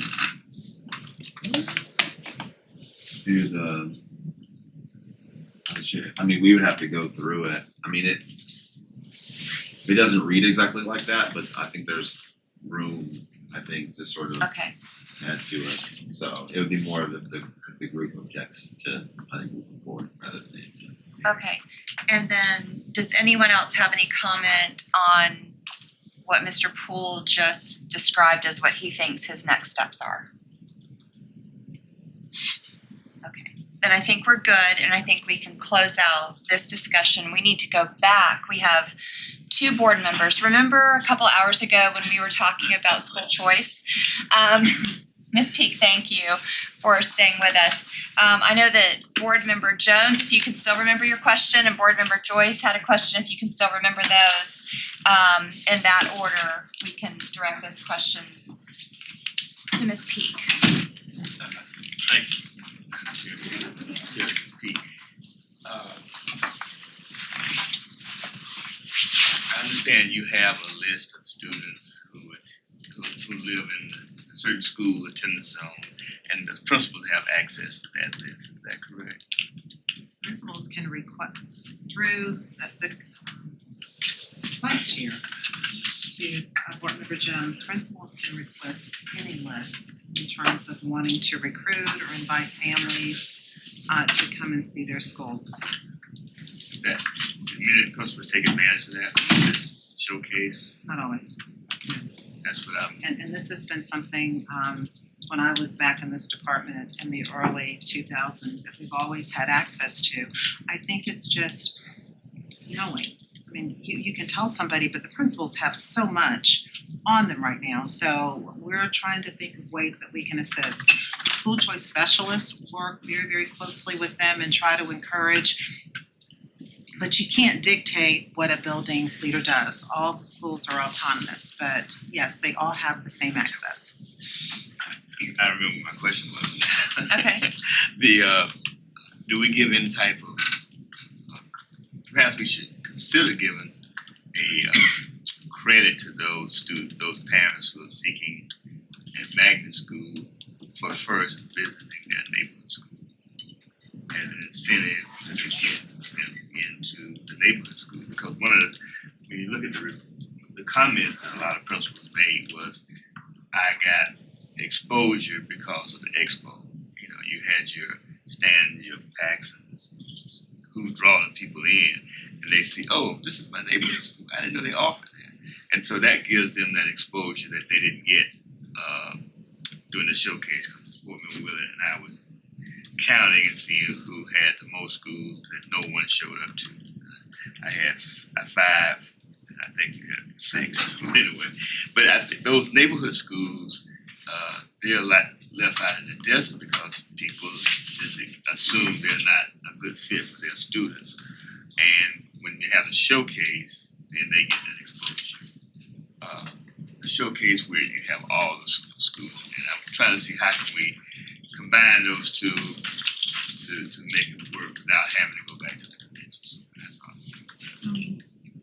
Through the Vice Chair to Board Member Jones, we have looked at various scenarios, maybe offering an opportunity at the Schultz Center or a venue where families could come on one day, one evening. We might have 2 nights that we do elementary because we have such a large number of elementary schools in the district, and 1 night for secondary, or on a Saturday. That would still give families the opportunity to kind of walk around, talk to people, and make a decision as to whether or not they want to visit the school.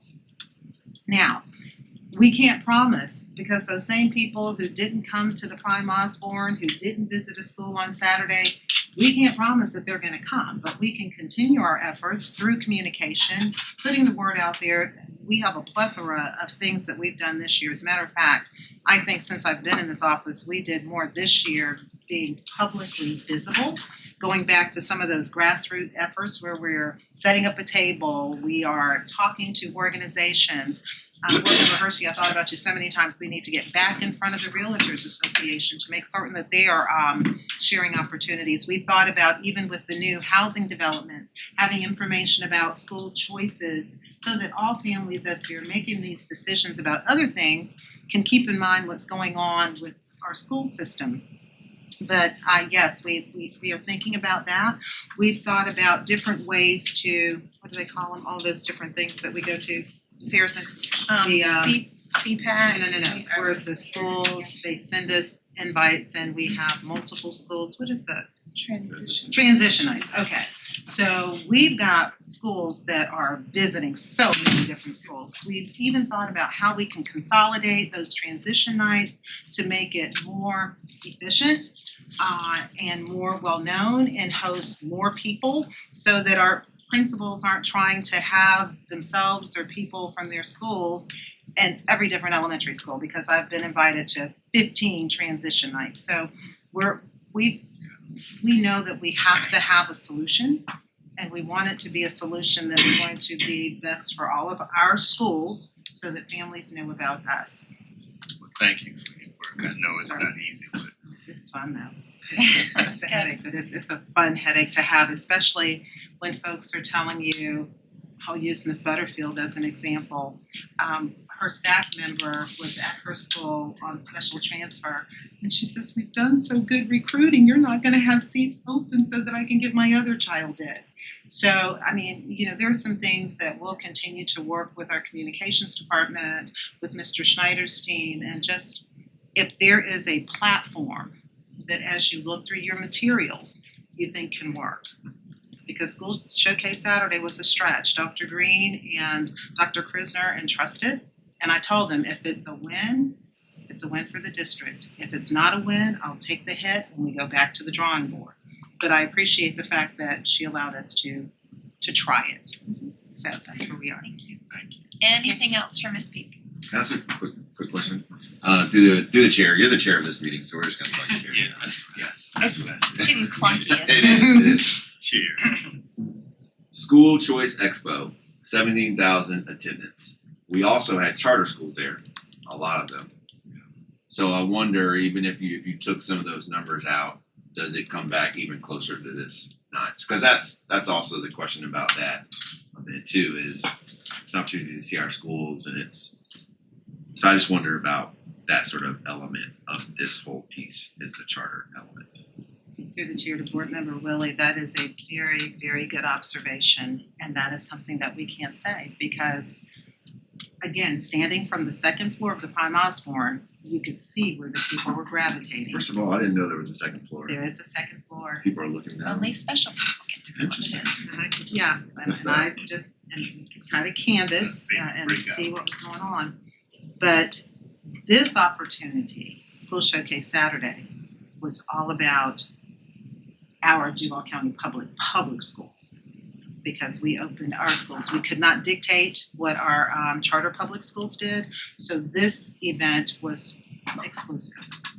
So those numbers are purely, people that came to a Duval County public school. And then Board Member Hershey, did you want to say Well, something? I think that there were some schools, when we talked about this last time, that have a draw and get a crowd every time. And we know those schools. And I'm just wondering, planning for next year, maybe considering having maybe 2 days or 2 Saturdays where one's a magnet school Saturday and one's a neighborhood school Saturday. Just because I think when you're driving across town, and as a mother of 4 with 4 children in 4 different schools and that kind of stuff, I couldn't have done that in a day, even a divide and conquer kind of thing. But I do think it's a good opportunity to get parents, okay, hey, we're gonna go look at these charter schools, but then encourage, neighborhood schools as well, because that, I mean, Man, you know what I mean, magnet schools. Because I did look through some of the comments earlier, and not every neighborhood school had the crowd and found it worth their time, at least from the comments, and I know we can't get everybody, but maybe a way to highlight and underscore those neighborhood schools as well as the magnet schools would be. Absolutely. Thank you. Good ideas, right?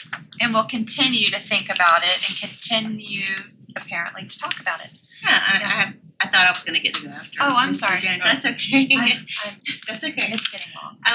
So, Ms. Peak, I appreciate the trying to think out of the box, and most importantly, from my fiscally conservative self, trying to save the district money. I appreciate that. But I did want to share with you, the concern that I think that has been raised about empty schools and the manpower that it takes to open up the school and to sit there and wait. From my perspective as a magnet coordinator from Stillwell, we were a dedicated magnet school. There was very little traffic at Stillwell, at this very wonderful dedicated magnet school. But if you would go back, I was at every single one of the events at Prime Osborne, and our booth was always saturated with people interested in, oh, I did not know you have this program here. And I know there was a lot of recruiting that was done. They would have never came to our little, gym on the west side if it weren't for the exposure of looking at, I'm interested in Landon and Jamesville and Johnson.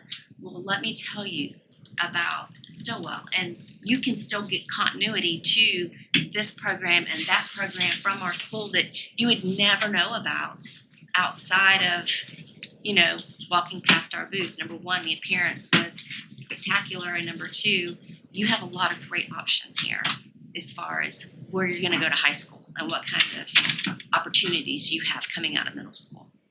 And at that time, we cohorted kids, and so that was a big advantage to a lot of children.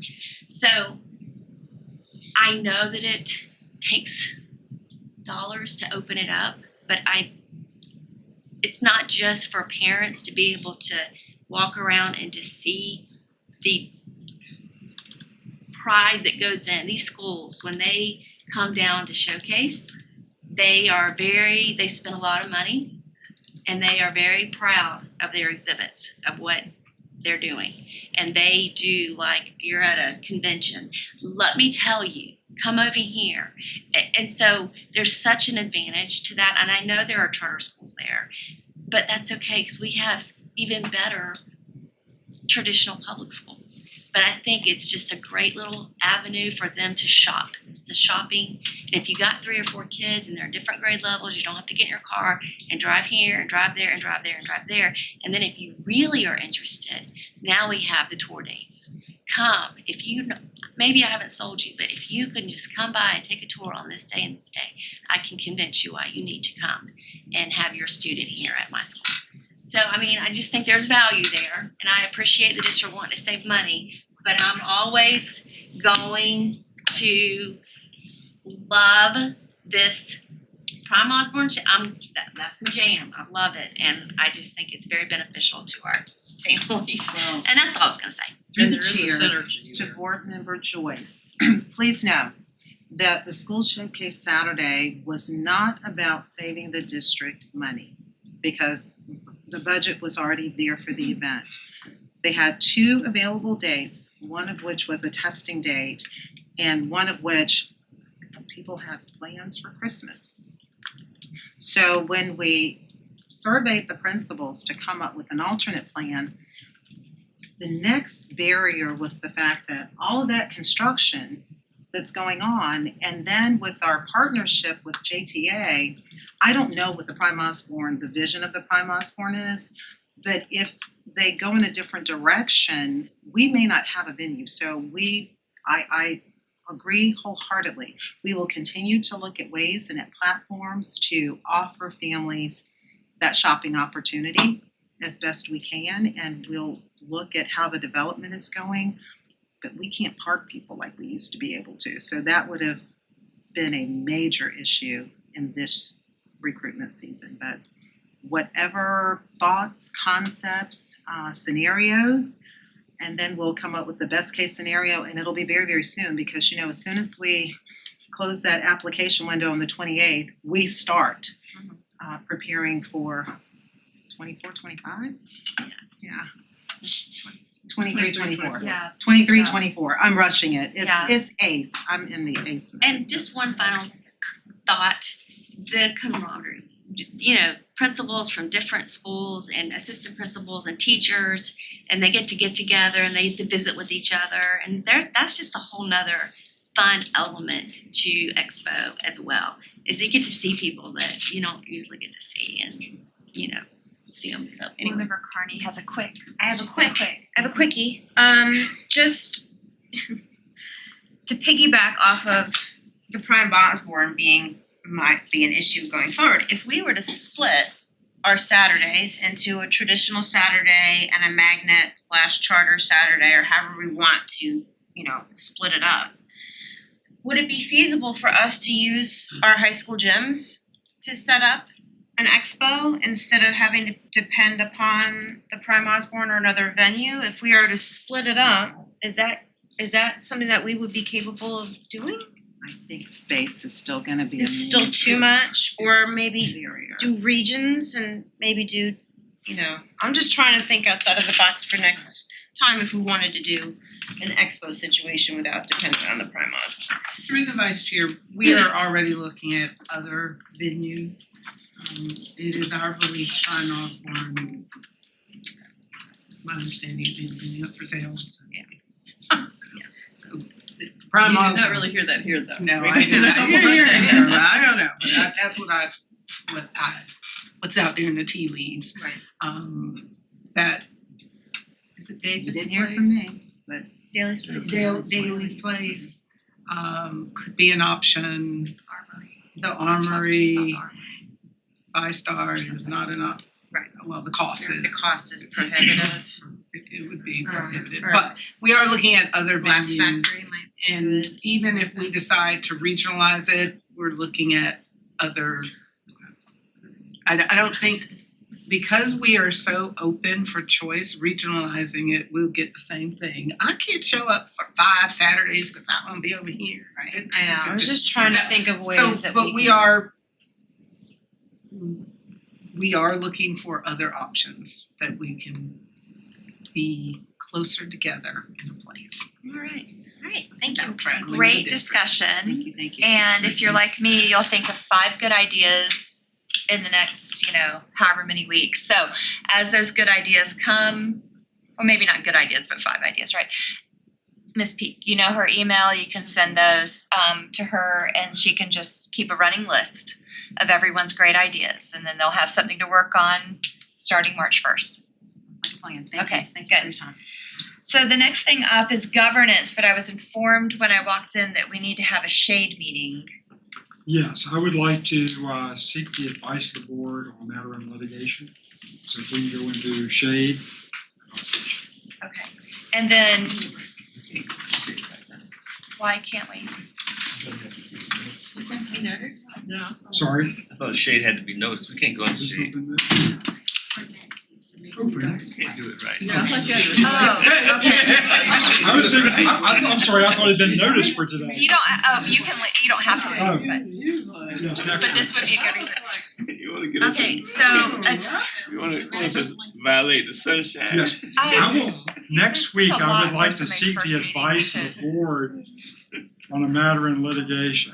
For next week. And do next we week. have a date and time that we're looking at for this? Is it attached to another meeting?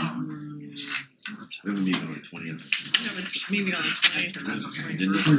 I have one on the 21st, yeah. Okay. Workshop. 21st would be good. You didn't have to workshop. Sorry. Yeah. Yes, my mistake. For next week, on my birthday. So, And so this would be, again, Again, so this would be at the end of the agenda committee and board workshop. The shade meeting would be at the end of that, 21st. on the 21st. Viewers, are we having someone from one of the attorneys also in the other part? I just don't, do we need a date, so, I mean, a time? Time, that's kind of what I'm getting at. I was going to this, no, I was just gonna. You got it, okay, I'll whatever just do Lisa it, says. yeah. Okay, Yeah, I don't think we never be able to do that. all right. Well, now I'm gonna open it up for governance. If anyone has anything they wanna share, I'm gonna start with Board Member Jones and work around clockwise, ending with Board Member Willie. Yes, ma'am. Mr. Poole and I reached out to OGC to find out when the new boundaries take effect. I did speak with Supervisor of Elections, Mike Hogan, and he assured me that they began for the school board members at the end of November of 2024 at the next election. You can't represent someone who had no opportunity to vote for or against you until you have had that election. City council boundaries become effective July 1 of this year. School board members become effective at the end of this term, not in the middle of the term. But I did try to reach Jason Teal to verify that. He hasn't called me back, but that's in the person in the supervisor of elections office, Robert, I can't think of Robert's last name. He's the one that they always turn to get an answer. So I just wanted to make the board aware that there is a question about when does the new term, when do the boundaries change? And we haven't got an official word yet from Jason Teal on that. I have a question about that. Does that mean that our schools would not be changing until the boundaries change for us? Right. Okay, And that would be the next election. That'd be the end, that'd be November of 2024. Through the chair, but not your election, the next election cycle. Right. Yeah, because everybody's stacked. We're staggered. City council is, all theirs changed. The census was done in 2020. The data was delayed because of the census. So even though they had an election, this is the first election they have. So their boundaries will change July 1 of this year. So they're running for the new boundaries. We could not run for the new boundaries because we didn't have the data.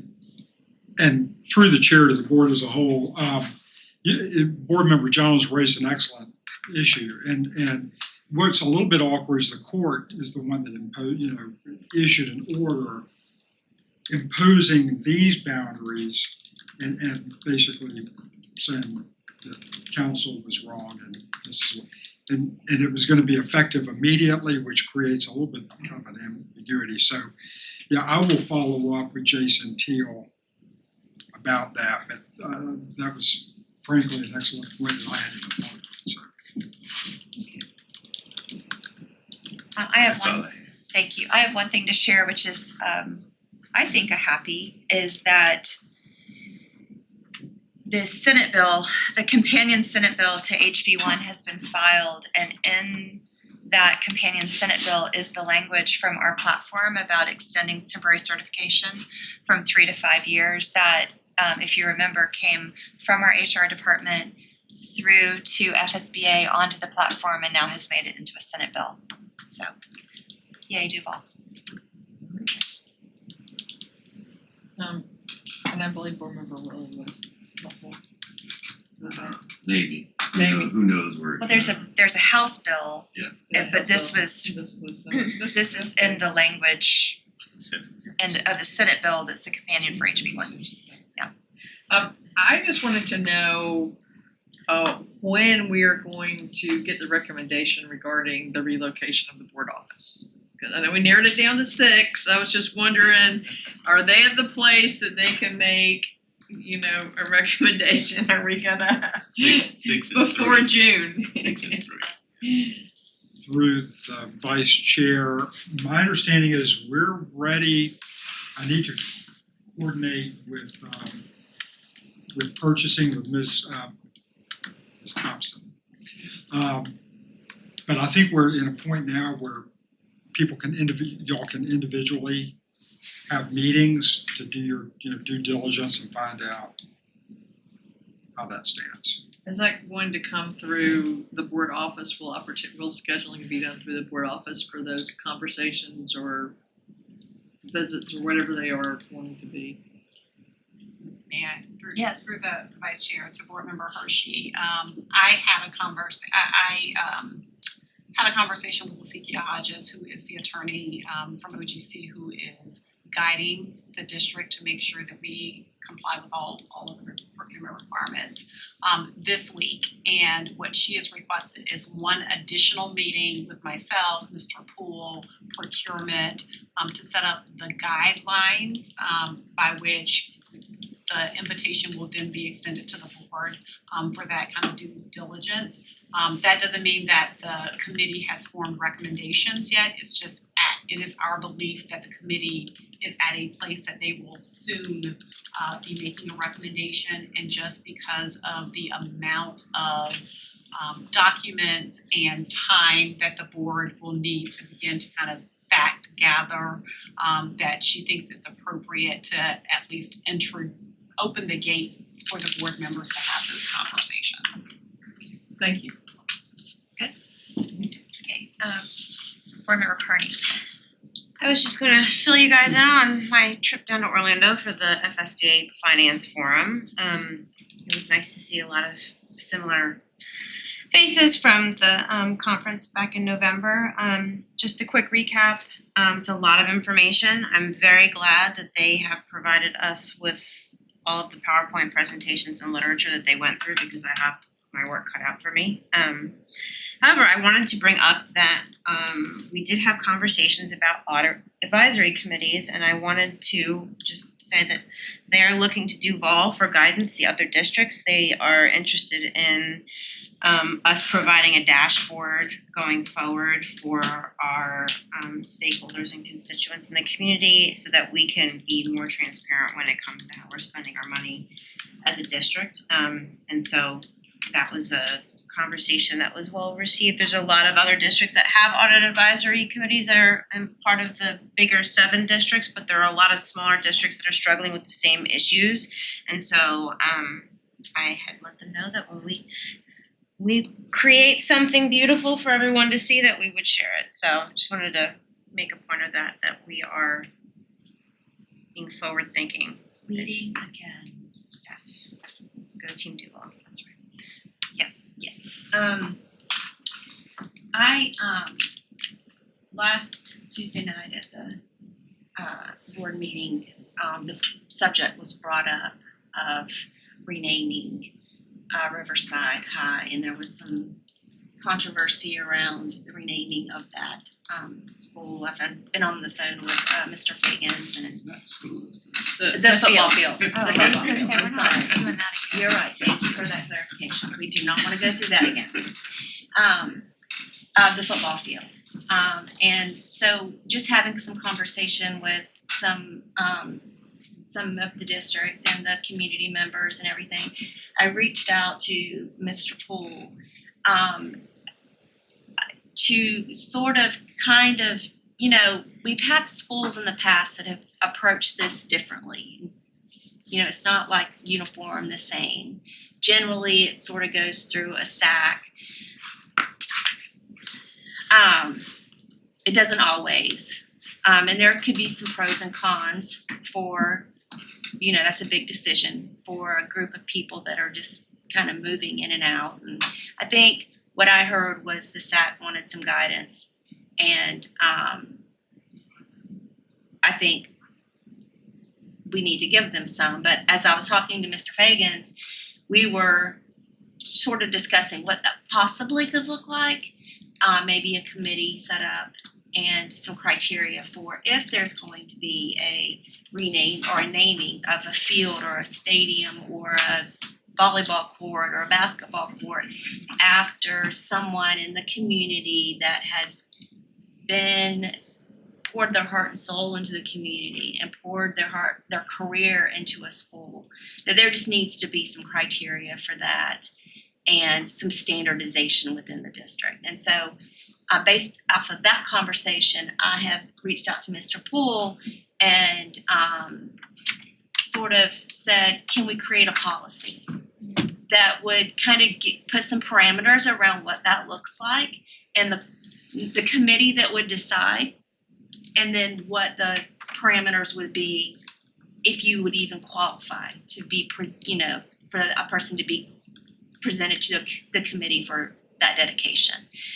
So I just wanted to tell the board, I've had those conversations. We are, I know that Mr. Hawks said DAC would be good, willing to help or whatever, but I thought we needed to put it in policy, and that Mr. Poole's looking at some of the universities, that what are the parameters of how they get a court named after them or a football field. No, it's not always. It's not? No, it's not. Like in Florida, Donovan, the coach, Billy Donovan, the court was named after him. But the building, I think, is named something completely different. Yeah. So anyway. Generate those dollars. Bobby Bowden Field at Joe Stadium. Got it. Okay. And through the vice chair to the board as a whole, and to let you know where we are on that. Ian Grigorchik, who y'all probably met. I got with him Friday afternoon, right after you and I spoke, and we're going through the school districts first, and then the universities. And so far we've done A through L with the school districts and pulled anything that's pertinent for me to look at. And we should get the rest of that finished today or tomorrow. As we'll have sort of a body of policies that we can sift through, and I'll forward to you what we have. Absolutely. So you have that. Thank you. I would have a question of, if we have a board policy that says that we cannot name a school after any person living or deceased, does that policy apply to any part of the school? Like, would naming a stadium or a court or something violate the board policy, the spirit of the board policy against naming a school after somebody? And that's not a do it or don't do it. That was the first question I had, is that if we have a policy that affects the whole school, can you take a portion of that school and not follow that policy? So we've done it in the past. They've done it. So I mean, there's lots of examples where football fields, even though we've had that policy, where a football field was named after someone in the community that had dedicated their life to that facility or those students or that community. That we've done that in the past. And we definitely need to clear that up. I just think that would be wise of us to do that. Yep. Great. Thank you. Thanks for that report. Board Member Willie. I mean, most of mine have been, I was gonna ask that question because I think I'm gonna have some new schools too, and I know Revolt's already thinking about how do we name courts and fields, so I wanna make sure we have a very clear process. But then I was also gonna talk about the boundary piece, just like making sure we're all informed and the community knows. Because folks have asked me multiple times, are you still my board member, this and that? And it's a convoluted sort of answer to it, but wanted to make sure we had that conversation, so fully covered. Good. Oh, and I'm not sick. I'm wearing my mask because my mother-in-law went to visit her this weekend. She's been out of the hospital, so being super cautious to make sure she's not. Joyce moved away from me. She was like, "No, I didn't." I'm kidding. Thank y'all. Okay, back to the script. Do I have a motion that the Duval County School Board move to adjourn the meeting? So I will take the motion by Board Member Willie, seconded by Board Member Carney. All those in favor signal by yay. Yay. All those opposed by nay. By unanimous vote, the meeting is adjourned. Good job. Very good job. Good job. Good job. Shooting. Well done, Amy. It's now And not, completely not, out of not, context. Yeah. not on, especially on today. I feel dehydrated. Apparently I should miss it. Your water is on. It is all gone. That is. Monica, So, do you need this I'm just to memorialize? It's amazing, it was like, so actually somebody answered great things at that. So that's like a pay it forward kind of thing. Because you have any problems, you never thought that would be on your face. We already had a meeting.